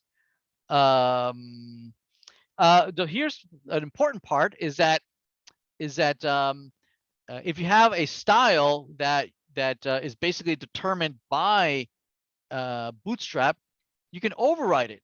You can override by saying, well, maybe I don't want exactly what Bootstrap is doing. Maybe, I don't like the rounded corners, or I don't like the blue that they use, okay? Well, the good practice is to, like we did here, we have our own link that loads Bootstrap like we're doing, right? We have our link here, and then typically you would have a style sheet that belongs to you, that's yours. So this doesn't belong to you, right? some other engineer has written this style sheet for you, but you can override it. You can override it by creating a brand new style sheet local to you, right? That you can do all overrides and say, well, I don't really like the rounded corners, right? So we'll call this index.css, right? And then here what we would do is that we would just load it after the Bootstrap. We say link rel style sheets, and then the href. Oops. Href is the current index file. There it is, right? And it has to be afterwards, right? So that first Bootstrap sets the definitions of the default style sheets, the default CSS rules, and then this one can override a rule. So, well, I don't like the way you render these kinds of things, right? So, for instance, oops, where did it? Oh no. Okay, let's go back. There we go. Oops. So for instance, if I don't like the way this is rendered by input fields, I can look at the way Bootstrap renders it, right? And can take a look at it here, and notice that it has a dot form control. See that? Right. That's what Bootstrap declares it, and that's how we created it. That's how we apply the class to my input field. That's what made it go all the way, wide on the screen, right? Well, I can override it. I can play around with it here first, right? So background color is white. Maybe I can change that, and I can change the color to be blue, right? Or maybe a little bit brighter. There it is, okay? And maybe I like that color, right? So the way that I would override it is that I would copy the rule, the CSS here, the dot form control, into my local index, right? It would say dot form control, there it is. I create my own rule, which is going to override anything I put in here, right, with the default Bootstrap location. So I'm just going to copy this here, the color, background color. I'm going to just paste it there. Okay. Notice if I refresh, now the changes is permanent, right? Notice that this form control is being loaded from Bootstrap, but the override is being loaded from my index.css, which overrides the color. See that? And the change is made permanent. All right, notice that now all input fields have changed color. Maybe I don't like the highlight. I don't like the highlight over here, right? And I see what they did. So there's their rule. The rule is this one. I can copy the whole thing and I can override it. Maybe I only just want to change the background color, right? Not necessarily the foreground color. So I can just maybe just remove everything and only leave the background color. I would only want to override the background color. I can go to my color picker here, right? And maybe make it somewhat greenish like that, right? Now I can save, I can go back, right? And then now all my highlights are green, okay? Everywhere where I would use the input field, the lists, right? It would render with the highlight being this green that I chose. Make sense? So I can absolutely redefine the things that I don't like about Bootstrap, right? And make it my own. All right. All right. Anyway, we'll talk about Font Awesome a little later, or you can read through this. It's very readable. What I ask you to do in the builds, right, is to keep working on your Twitter clone, right? And so what we're being asked to do is to create the following, right? Use all the Bootstrap that we've seen so far, right, to create a list on the left-hand side, a button at the bottom, right, a tab over here, an input field, right? This is a list on the right-hand side, right? This is notice that there's a layout which is this is I think it's the size is 2. This is 5 maybe, okay, and this is another 3 on the right-hand side. I don't know. It looks like there's a container. So for the screen XXL, extra large, you have these 3 columns, right? Where the left-hand side has a Bootstrap list, right? There's a button at the bottom. In the center column, there's a tab, right, with these links, right? There's an input field at the top, right? At the bottom, there's a list. There's also a list. There's also a list, right? But just like there's a layout of 3 columns here, notice that within the list, you have 3 columns as well. So each line item is its own row that contains 3 columns, right? That are of size 2, 5, and something else, I forget. Okay, and there's a button at the bottom, at the end of each one of these. All right, so this is using just plain old Bootstrap, nothing but Bootstrap. Okay, and just build this one page, right? Now the page needs to be dynamic, right? It needs to be responsive. And the way you make it responsive is that as you make it smaller and becomes, and then there's no space to fit the right-hand side, we would do the following. So from XXL, it renders that this way. As it becomes smaller and extra large, right? The left-hand side, I believe becomes smaller, right? So these resize, they resize to make more space available for the bottom. What we never want to do is that the center column is so small that the tabs don't fit, right? So whenever it becomes smaller, we should favor always the main contents, right? Either by shrinking the right-hand side or shrinking the left-hand side, you know, just taking away a unit, right? And then so that we have enough space over here. Another thing we don't want to happen is that the bottom here is also a list. It's a list where each item is 2 columns, right? There's a column here and there's another column over here. Each item, so each line item is a row, right, with 2 columns. Now, as it becomes smaller and smaller and smaller, there's less space for this icon, right? There's less space for this icon, right? And so that means that probably this width over here, right, has to become, instead of 1 unit over here, it might need to become, you know, 2 units over here to fit, right, the icon, right, to fit that icon, right? And as it becomes smaller and smaller and smaller, right, notice that now we start getting some interesting behavior at the size L, right? We hide the entire text and we're only left with the icons, right? This on the right-hand side, notice there's a little bit of overlap of the text over the button. That's fine. You can leave it that way. Okay. And then when you get to medium, there's just no space to fit the right-hand side at all, right? So we just hide it. It's gone. It doesn't wrap. No, it's completely gone, right? It's just it's hidden. So there's an example in the assignment that shows you how to hide and show different content, you know, based on the size, right? And so you can go over that. And then when it becomes even smaller and smaller and smaller, so this is the smallest size. The smallest size, it can't go any further down, right? You have mostly the main layout that you started with, no right-hand side. Notice there's no space to fit the last tab. So we hide that too, that's gone. You don't have access to you cannot have entertainment. It's hidden as well. And you're left with just this over here, okay? So there you go. So that's the homework for this week. Using Bootstrap to achieve this layout, right? For the graduate folks, right? For the graduate folks, what you're gonna do is that you're gonna, once you're done here, you're going to try and style it to look as close as possible to Twitter, right? Change the colors, only the colors, right? You can leave everything else the same, right?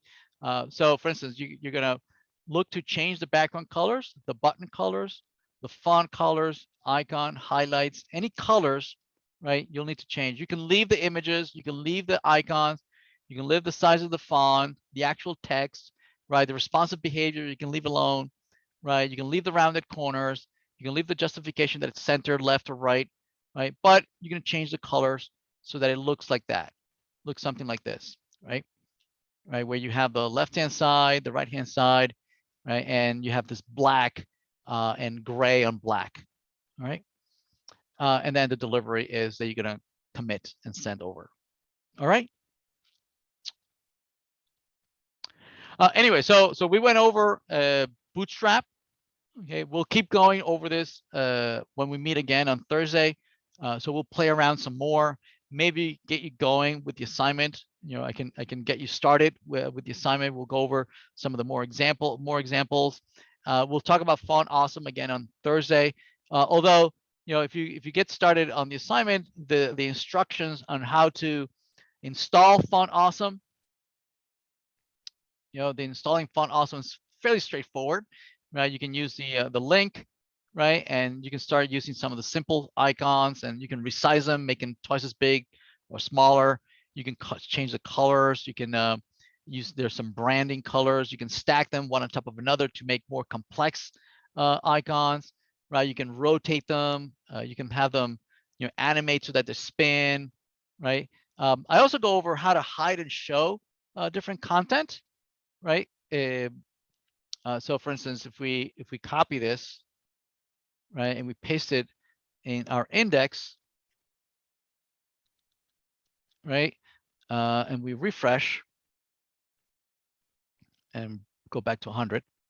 Okay, notice that it tells me, notice that it shows there's 3 pieces of content here, right? XS, S, M, L, XL, and X extra large, right? And what this styling says is that whether I'm going to show it or not in different sizes of the screen, right? So for instance, this content XXL only is showing in my extra large. It's making it block, right? XXL block.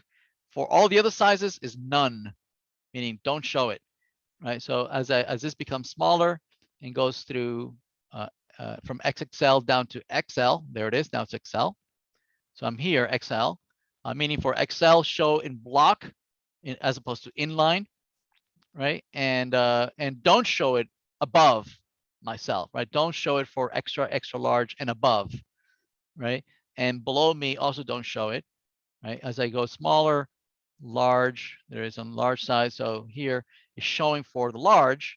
It's not showing for extra large and above, right? And it's not showing for none of the bottom ones, right? As it becomes smaller and smaller, medium, right? Now I'm showing M, right? So so M is for medium.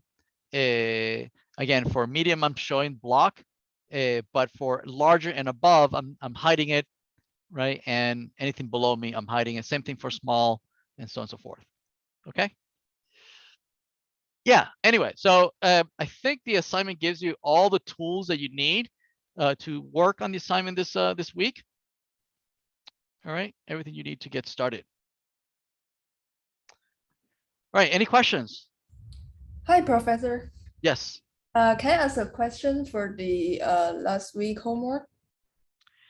Yes. Now, before we go into that, into office hours, any questions on for this week?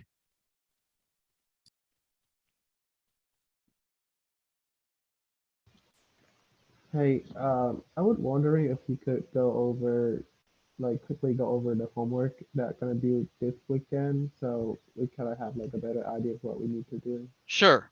All right. Okay. So if there are no more questions about this current week, then we can jump into office hours and go from there. Okay.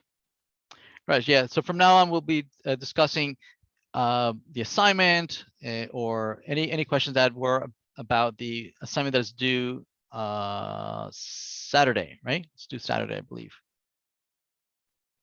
Can I ask for the explore HTML?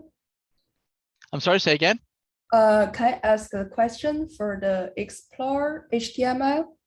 Explore HTML. Yes. I'm not sure what you mean. Can I just share my screen and you can see the page? Oh, sure. Yes. Wait a minute. I think, was there a student that needed to take the quiz? Okay. Yeah, that's me. Okay, let me do that. What's your name? My name's Junho. Was this your quiz? Quiz 1? Let me actually go on to Canvas right now and see if I can, if I have access. Yes, it's the HTML part that I need to be taking. So you have access then? I'm checking it right now. I don't think you do. Is it 5610 or 4550? The number, undergrad one. Undergrad, okay. Okay, that's where I am. No, I don't have any access. Okay, are any of these you? No, I just see Where? my name in there. Wait, where is everybody? Huh? Why are? What's going on here? I think it's Yeah. the wrong class. It looks like it's Oh. 4550. Oh, 45 fall. Okay. Thank you.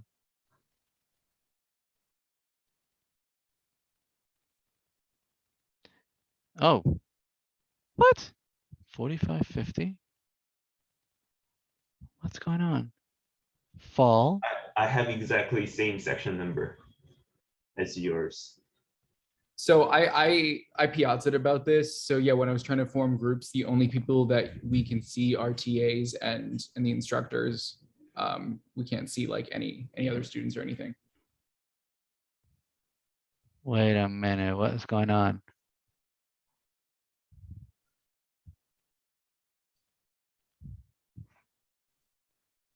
What?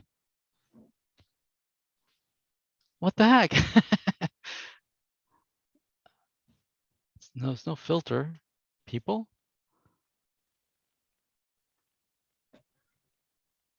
Okay, everybody's here. Why can't I?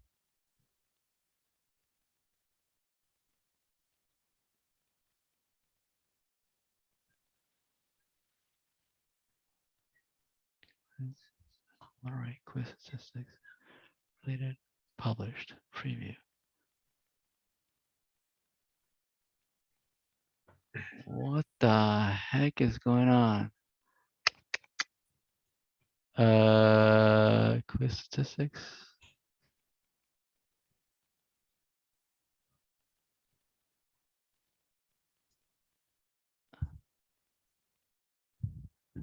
Preview.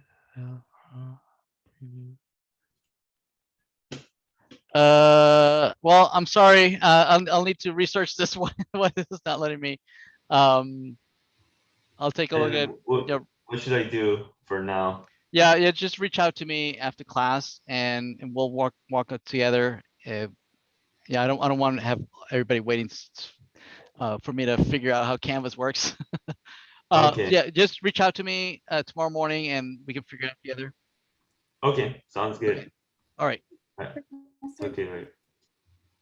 Hi, Professor. Can you hear me? Yes, I can. I was just wondering if you happen to like have the colors for the search bar. I can't get like the opacities right so it's like gray and then gray inside as well, and you can see the text. Are we talking about assignment 3? Yeah, Okay, let's look at assignment 3. I just like I can't get the colors. Assignment 3. Okay, so assignment 3 asks you to do what? Let's see. This is for the build, right? Yeah. All right, so for the build, you were asked to do what? Let's see. Position, blah, blah, blah, fixed position, yada, yada, yada, float. Okay, float, blah, blah, blah, blah, grid, build. Okay, so fits.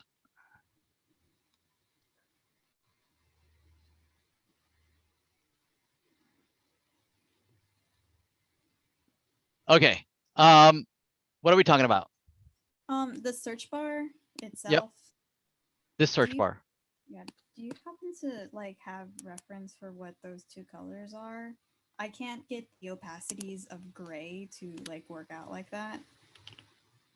Okay, so at the top, there's an input field with rounded corners and a placeholder that reads search Twitter.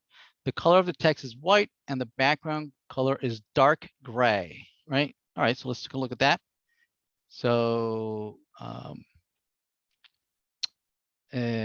Bootstrap, blah, blah. So let's sort of look at this with practice, right? And let's do it here. Okay. Okay. So we brought an input field, right? So we have an input field. And then they want the placeholder to read search Twitter. So let's copy that. And the color of the text is white, right? And so let's see what this renders as. Let's run this. Okay, so with it, we have this input field, looks pretty ugly, right? And so it's asking us to do what? Let's see. Oh, that's not it. Where's the assignment? Is it? Yeah. The color of the text is white.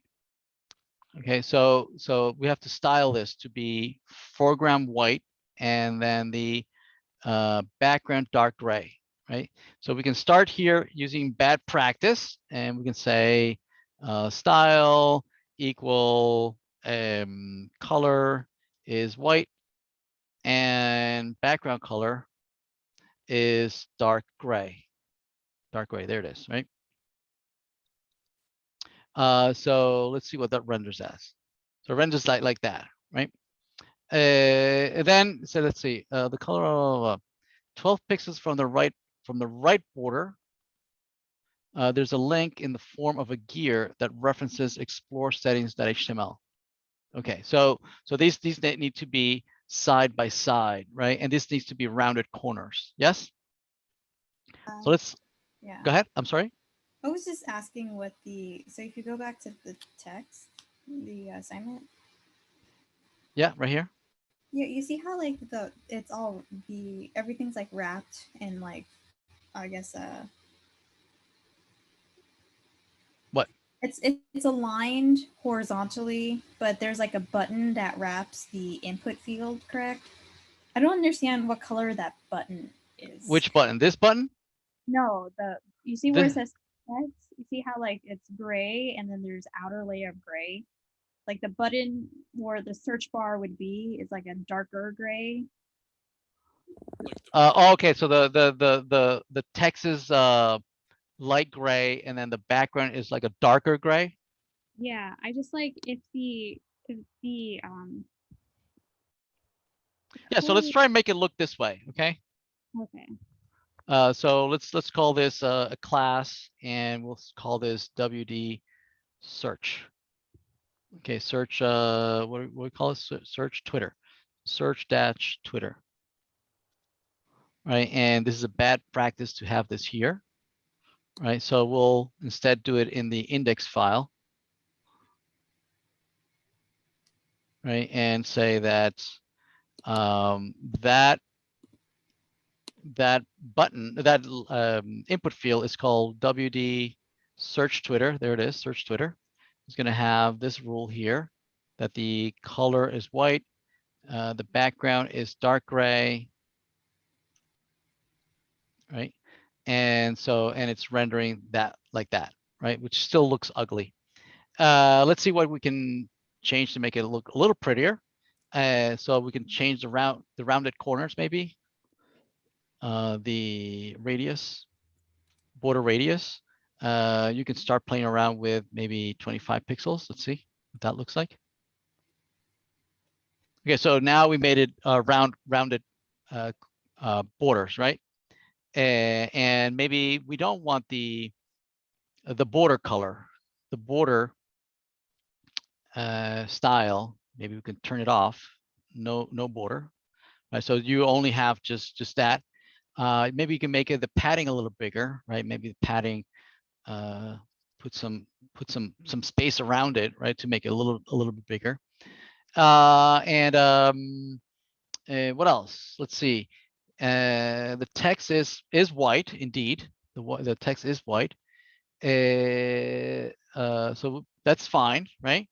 The thing that perhaps what might be left is what you want the you mean this search Twitter color or something? No, I realized what I did wrong or what I was like not doing. Okay. Basically, I didn't think of the input and rounding the input borders. I flex aligned essentially 3 divs for one, and then I wasn't getting the colors right. Okay. That's what happens because there's like a default color that the input, Yeah. Okay.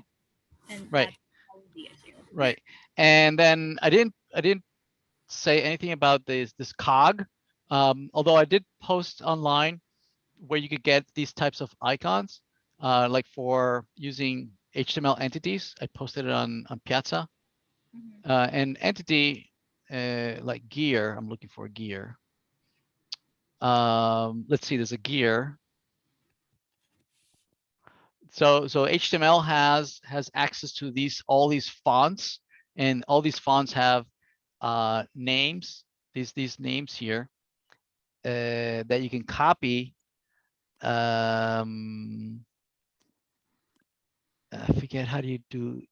I think it's how's it you do it? I think it's with an ampersand, maybe.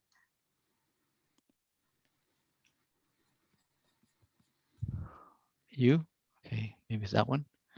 No, actually that's a U, acute. See if it's that one. No, that's not it. What is it? Gear or cog? No. Let me see. There's what do we have here? Heart. Do we have heart? Okay. Okay, that gives me a heart. I'm looking for a gear. Let's see if I can find one. Gear symbol, blah, blah, blah, entity code. Oh, okay, there it is. Hex code, HTML code. Let me copy that.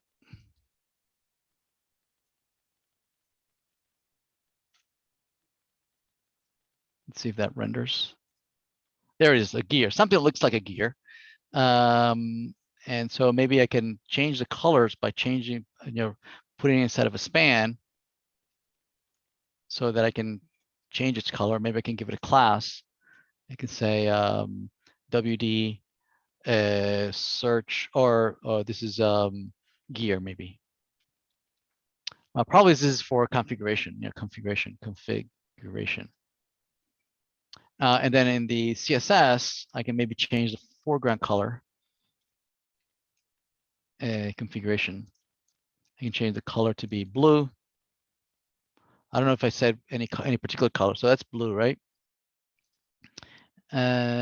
Gear that reference. Okay, no, it's a hyperlink. It's a hyperlink, right? So it has to be a hyperlink. So this is a hyperlink. So part of the hyperlink is already going to be blue. And it's referencing what? It's referencing explore settings. Okay, there it is. So explore settings, something like that. Let's see how that renders. Okay, there it is, a hyperlink. We might want to make it a little bit bigger. Maybe not. We also wanted them to be side by side, which is rendering here side by side. There's no problem. And I don't say whether it needs to expand, right, or be responsive if you make the screen bigger or not bigger. I don't say anything, so you can leave it like that. Okay. You can have this magnifying glass. You can, just like there's a gear, you can look for a magnifying glass. So let's see if we can search for magnifying glass here. By arrows, punctuation symbols. Let's go back and do blah, blah, blah, magnifying glass. So magnifying glass. Let's see. Let's see. There's a hex. There it is. And entity. I think it's either one of these two. Let's try this one.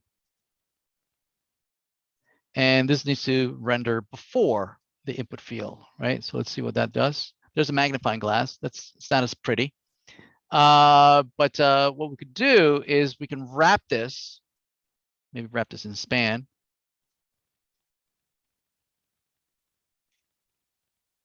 Okay. And maybe we can wrap this whole thing in one big div.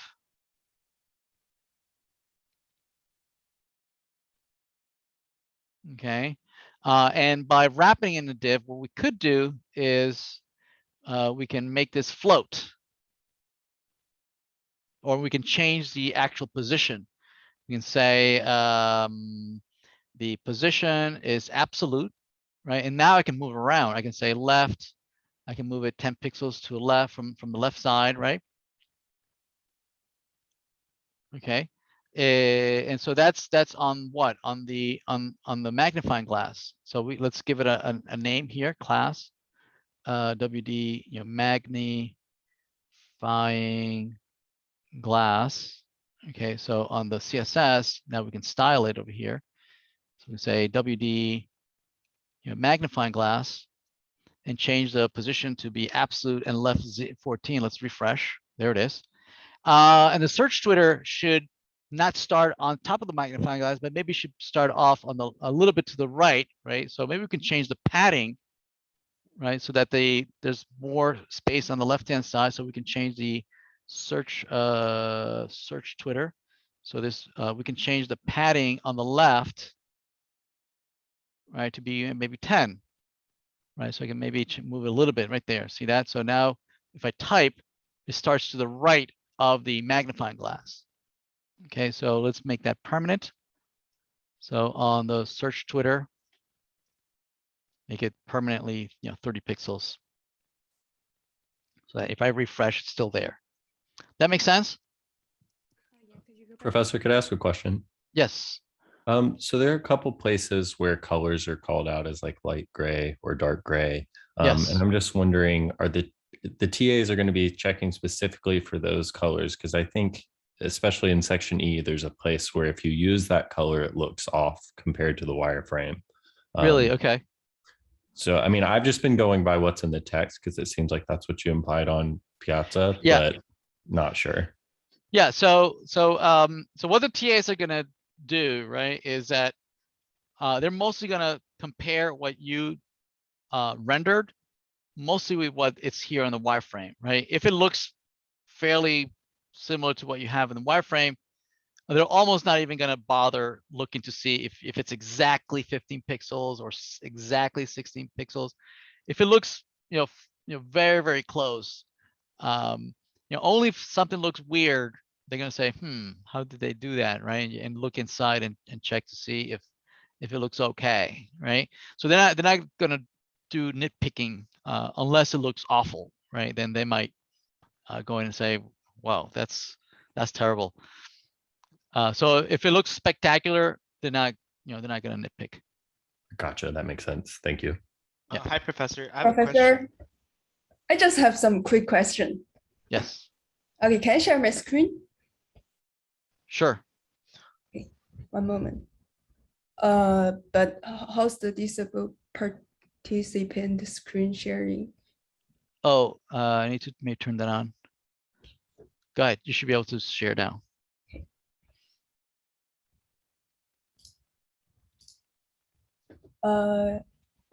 Is that, can you see that now? Not yet. My question is, we have 6 part for the trending, but I'm not sure, do we need add the hyperlink for each part? I'm sorry. Are you sharing your screen? Yes. Wait, let me stop sharing. Maybe. Okay, now you're sharing. Now I can see it. Go ahead. For those, we have 6 total parts. Do we need add hyperlinks for each part? Because I already added it.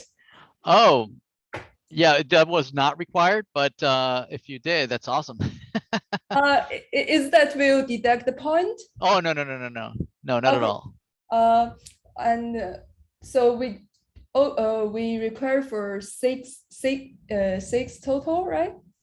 Yeah, 6 total. I'm not sure. I don't think I specified the font. Did I specify the font? I don't, right? Do you No, mean yeah, no, yeah, I didn't specify it correct. Then leave it like that. It's fine. I was hoping that you would use a font closer to what's on the wireframe, but I don't believe I specified it, so don't worry about it. I think you require for the padding left about 16 pixels for the. Yeah, I already did it, but it looks a little bit weird. Do I need to change it? What do you mean? The spacing?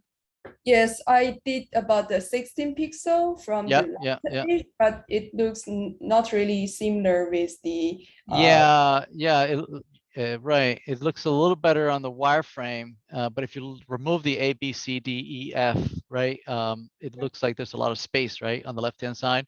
Yes. Yeah. Leave it. If that's what it says, let's keep what it says. I mean, yeah. Otherwise, we're gonna have inconsistency on the grading. So let's keep it consistent. Keep consistent. Yeah. Yeah. That if that's what it says, then let's stick to that. So I need to remove the size between distance between the title and the left edge, right? Well, no, I mean, isn't that what it says to that many pixels? It's about 16 pixels from the. Yeah. Yeah. Let me see mine. Okay. Well, in mine, interesting. So in mine, also a little bit different with wait a the. minute. At the top, there's an input field with roundable below the search input field. There are a set of hyperlinks. Blah blah blah. All other links are color. Yeah. The link fonts are 15 pixels and rounded. Yada yada yada yada. Below the links, there are suggested posts. The suggested posts have topic trending and have 13 pixels font on. Where do you get the 16? Oh, at the beginning, right? It says something about 16 pixels. Yeah, all content below is offset 16 pixels from the book. Okay, no, so I believe what it says is that see where it says Starship, Joe Rogan. Yeah, so the spacing is from the edge of the window. It's from the edge of the window. Edge of the window. Oh, not the edge from the. Yeah, bottom. yeah. Oh, okay. I got it. So that's the reason I have the longer distance between the. Yeah. The inner distance is I think it's less. It's 12 pixels. 12 pixels. Which might be, you might already have it, right? Yes. Do you mean here I should put in 12 pixels? Right, no, but I mean, you might already have it, so you might not need to add it. Okay, I got it. And I also have one questions about the bookmarks one. Just a moment. So I did the required distance, but the name still not same with that picture. Okay, yeah, perfect. They are not in the same line, but for example, they are in the same line. Yeah, perfect. Oh, okay, it's a little bit below. Yes. Yeah, no, you should try to keep it flush like the image shows. Maybe padding the top for that. Or you can move the image a little bit up, right? Maybe you can put some absolute or some position relative and just nudge it a couple of pixels above. Okay, but for picture, we have the requirement for the padding 16, I think. Okay. So it doesn't mean that you're gonna use padding to the 16 pixels. It means that if you measure it, it's 16 pixels. Oh, okay, I got it. Thank you, Professor. All right, sure. Hi, Professor. Hi, Professor. Oh, sorry. Okay, go ahead. I'm not sure who. Yeah, can I just have like a quick question about like part C? So like, or like part D, where you have like both the image and then the text. And I just not sure like how would you like set them side by side? I was using like float, the position float, but it doesn't give me like a side by side. Like my image kind of like pushed down a little bit, so it looks kind of weird. Could you like go over it? Can you show me? Do you want to show me your screen or? Yeah, I will have to like join. Because like, I'm on my phone right now, so like, I might have to open my computer, but I can show you like in like 10 seconds. Just give me. But I mean, can you see my screen? Nope. Oh, then how would I show you? Yeah, I mean it would be float, right? You would do a float, and inside of a div that does a clear both, and then so both of the divs, you have one for the text and one for the image. Mhm. Or actually you could do the float the image to the right, right? And then Yeah, I believe that's what I did. Hold on, let me join Yeah. the link, the call on my computer, and maybe I can. Yeah, share no, it. exactly. So you would have the probably the text wouldn't even need to float, right? You would just float the image to the right and you're done, I believe. Oh, really? Yeah. I think that's what I did, and it's just kind of weird. Of What you might want to do also is put the image first, right? Above the text in the document, float it, and then the text will flow around it. oh, because I have the text first, and then have Yeah, the put the image after. first, right? The image first will float to the right, and then the text will just float around it on the left. Oh, I see.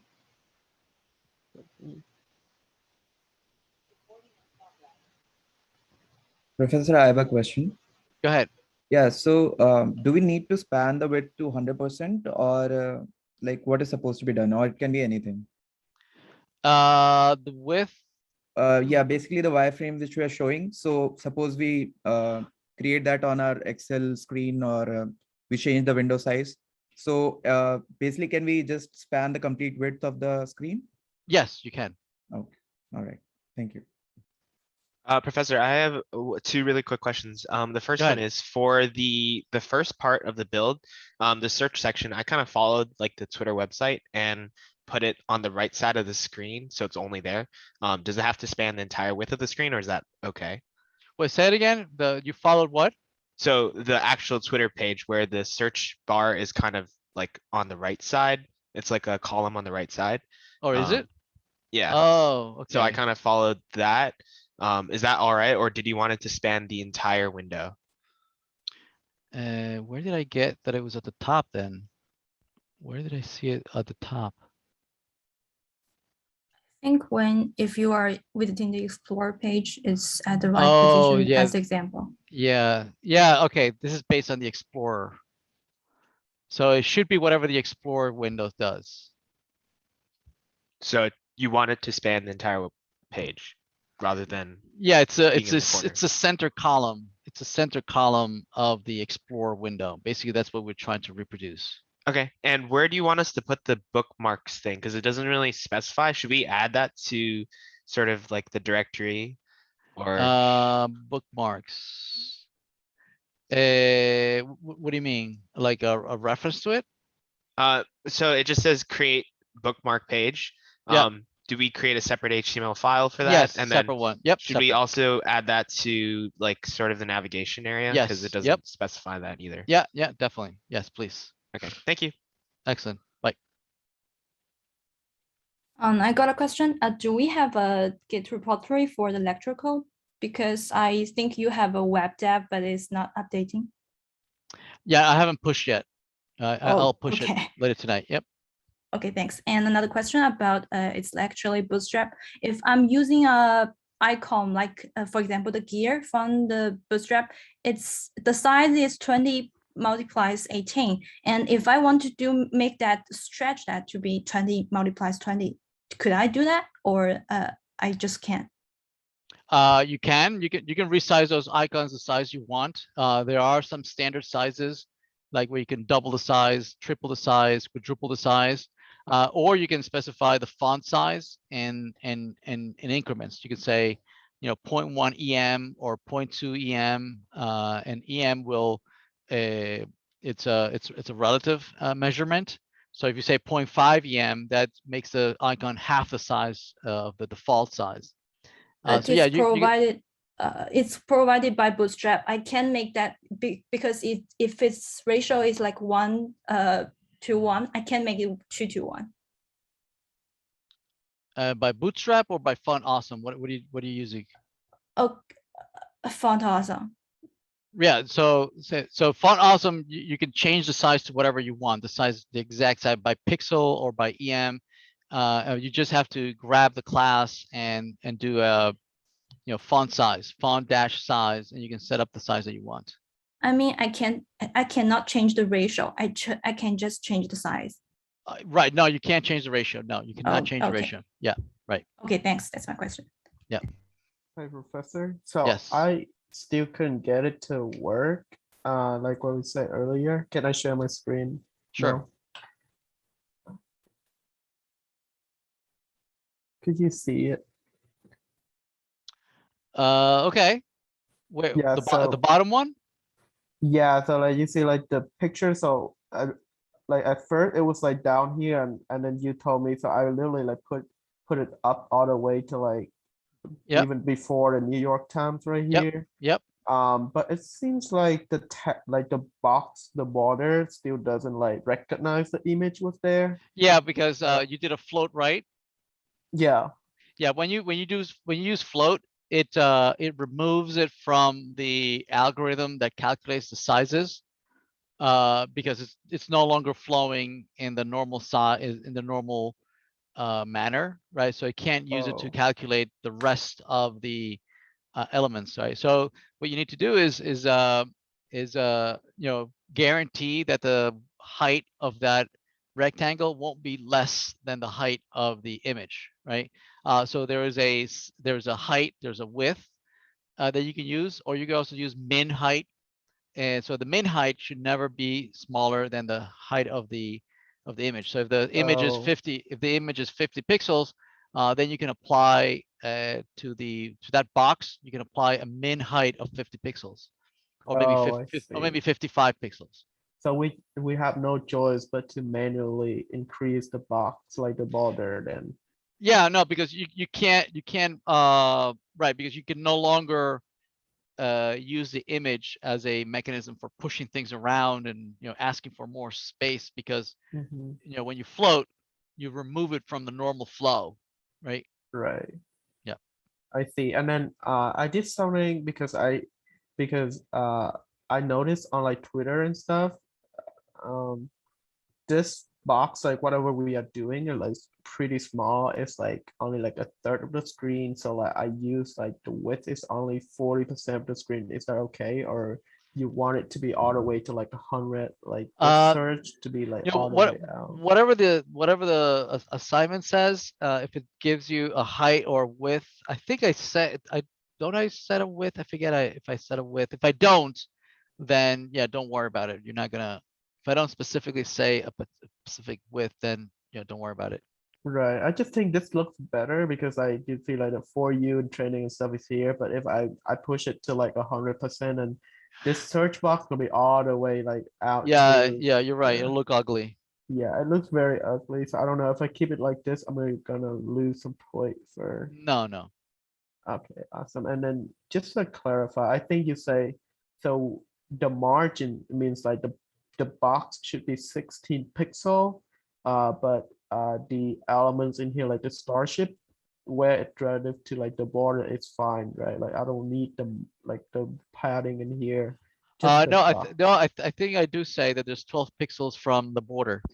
So there's so that border, the white border there, is 16 pixels from the edge, but then the content inside, I think, is 12 pixels from that box. like yeah. Yeah, Oh, you should never have text that is flush and touching or even almost touching the border. There should always be some space in between. gotcha. I see what you mean. Thank you so much. Sure. Hi, Professor. Hi. I had a question about the Explorer page Yep. for part B, when we have to do like highlight the for you. Okay. How exactly do we? Is there like a way we can specify how long we want the border to be? Maybe if I share my screen might be easier. Basically, I had set. Are you able to see my screen? Yeah, I can see it. Yeah, so when I set a border, because I set for you to be like this width, it's creating the border to be that long. Right. Yeah, but what you might want to do is have two divs, one inside the other. The inner one is the width of the content, right? The for you, so that you can style just the border just right under for you, and then have an outer div, right, that specifies the the distance between you and the rest of the elements, Okay. right? So you have the inner div doesn't have a width, it's just the width of the content, Mm-hmm. right? And then an outer div that you might specify maybe a width, a specific width, right? That has to be 100 pixels. And then all the other ones are also 100 pixels, so they're all nicely evenly spaced out, right? But then the inner ones are always the width of the inner text, Okay. right? So that when you put the border, it will only be the width of that border of that text. Okay. Okay, that Yep. makes sense. And then for the bookmarks page, the 3 dots, are Yep. they supposed to link to anything, or are No. they? Okay. No, nothing is linking yet. No. Okay. Okay. No. Thank you so much. Cool. Looking awesome. Professor? Yes. So should we copy and paste every assignment last time we do to the new folder, like to the assignment 2 to assignment 3, and create another assignment 2 to assignment 3? What, say again? Since I see that the instruction about the homework, we need to copy paste the documents in A2 to this week to the A3. Yeah, to the A3. So I need to create a new folder called A2 Yep. into the A3. But I have a problem that I think we need to change the explore link in the navigation HTML. But when I put the correct path of the explore HTML, but I cannot link to the explore HTML, which is 404 not found. You want to show me? Yeah.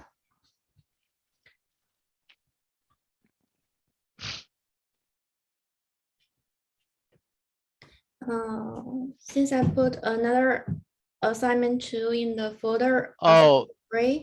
Yeah, no. Yeah, no. So A2 should not be inside of A3. So the content of A2 should be in A3. Yeah, so that I just put this in A3. yeah, so the folders practice in Twitter should be direct children of A3.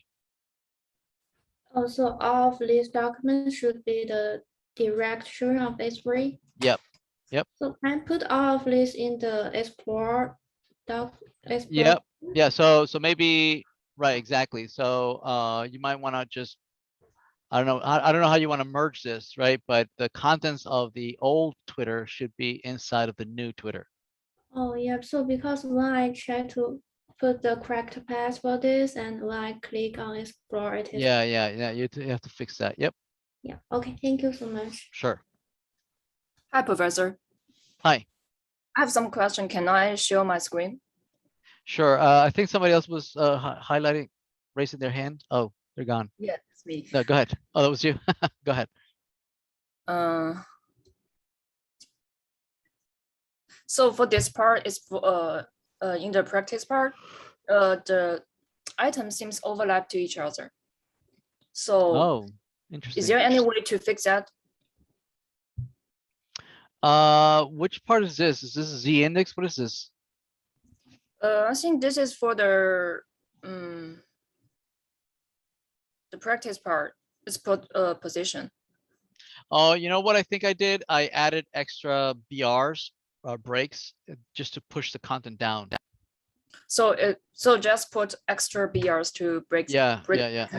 I think that's what I did. Yep. Okay, sure. And I'll have another question. So for the explore part,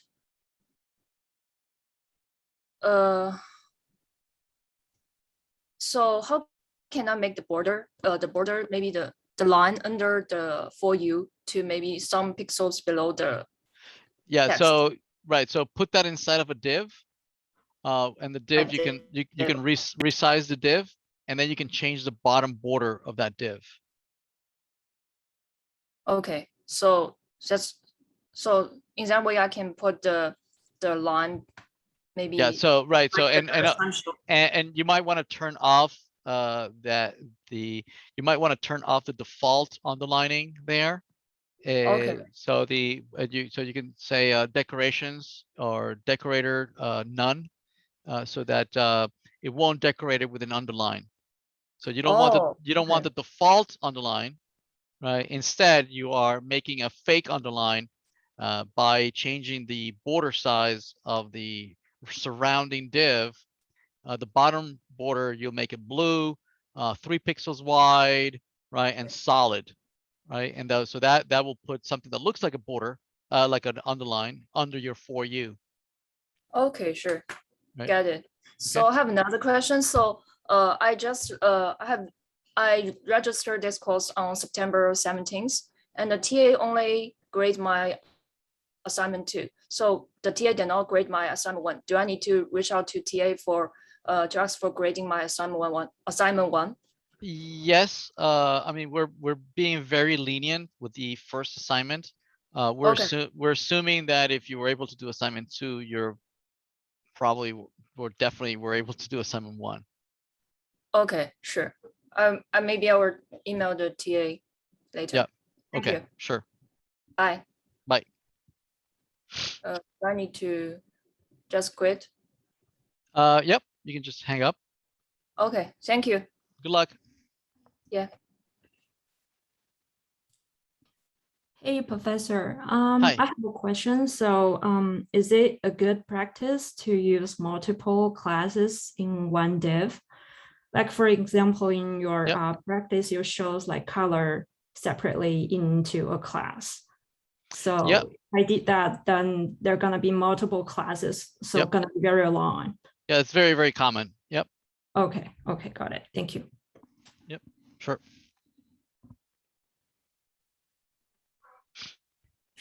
Hi, Professor. Hi. I am the one who asks for permission to add into class at this time. Oh, was there an email that I got that? Yeah. I sent you an email. I'm not sure whether this is okay. I know that it's been 2 weeks and let me see. there may be, yeah. Okay, let's see. Student, you're not Madura Prashant Vaidai, no? No. I'm Qiaoyan Zhao, Qiaoyan. Okay, so it's not you. Yeah. Is this you? Are you Qiaoyan Zhao? Yeah, that's me. Okay, let me.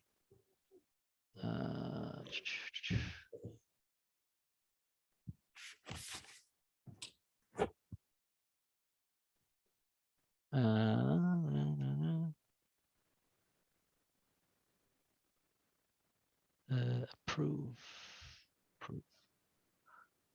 Okay, I think you're done there. And the other student.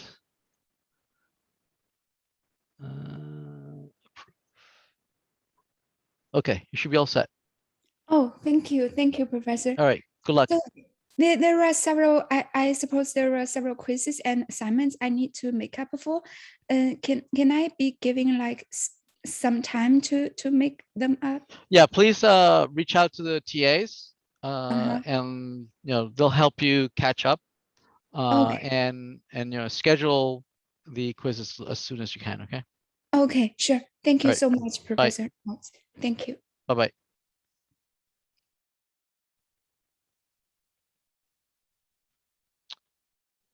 Hi, Professor. Hi. Can I ask you a question that is not relevant to this course, but relevant to web? I'm sorry, say again? Can I ask you a question that is not relevant to this class, but it's relevant to web development? Okay. Web security. So web development, but not about this course? I don't understand. What do you mean?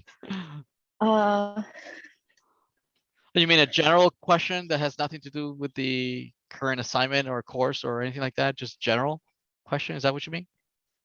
Yeah. Yeah, sure. What's up?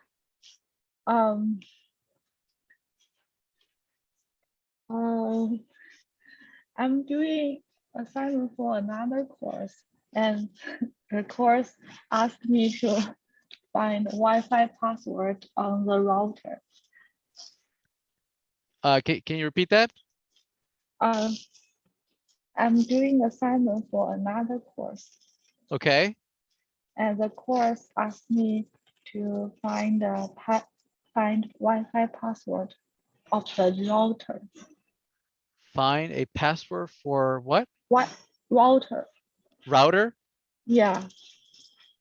I'm not sure. Yeah, maybe this is not a question for this particular office hours. Maybe we can chat about this offline. But I'm not quite sure how would that be relevant in this particular course though. We have not started. A router typically will have a URL that comes with the documentation, and you would visit that URL that would allow you to log in, or will have a some default password. Yeah, that usually is in the back of your router. But anyway, we can discuss that offline. Reach out to me off of office hours, and maybe we can chat some more. When? Tomorrow morning, tomorrow afternoon. Okay, but now is your office hour, right? Yeah, no, this would be off office hours. So it was just be a one-on-one. We can chat. Okay. Okay. Send me a Piazza post and then we can discuss it. Okay. All right. Yeah. Thank you. Okay. Sure. Hi, Professor. Hi. What's up? Yeah, can I ask you a quick question? Sure. Yeah, I want to share my screen. Go ahead. Yes, so here is my Explore page. And can you see my screen? Yes. Yeah. So yeah, perfect. No, you see here, you said in the homework, it's like rounded corner, like round for you. Oh, yeah, no, yeah, don't worry about that. Oh. I didn't even realize it. Okay, cool. Yeah, okay, so and another question is about my bookmarks page. Yeah, actually, because when I was doing this page, I don't know what's the name for the like the icons, like the message, the retreat. Yep. Yeah, I just download the image. Oh, yeah, okay. can I do that? Sure. Okay, cool. Then that answers all my questions. Thank you very much. All right. I like your class very much. Thank you. Oh, thank you. Appreciate it. Okay, good night. Bye-bye. Good night. Bye-bye.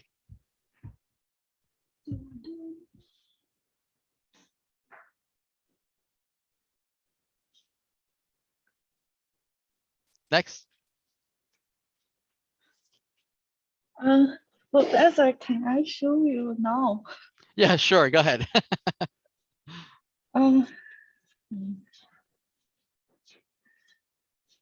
So this is packets. I assume this is IP address of the router. Okay. Yeah, and this is the client. 0.16 is the route. Oh no, it's a client who wants to connect to the router. Okay. And when I check the packet, the get message it sends, my question is, if it's possible, this is a password the client tries to type, the client typed in. It looks like the one that says 440 that says login / looks like they're trying to navigate to /login, and they passed in an argument. and I'm wondering if that is the text that they typed in, you know, YWR TAW something or other. Where are you talking about? Right where you had your mouse over on number 2567.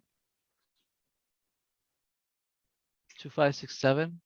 Yeah, right there on the where you have your mouse. No, right there, right there. Yeah, right there. Click on that one. This one. Yeah, I'm just speculating because I see the request. There was a incoming GET request for /login. So I'm wondering if somebody submitted that information with a question mark.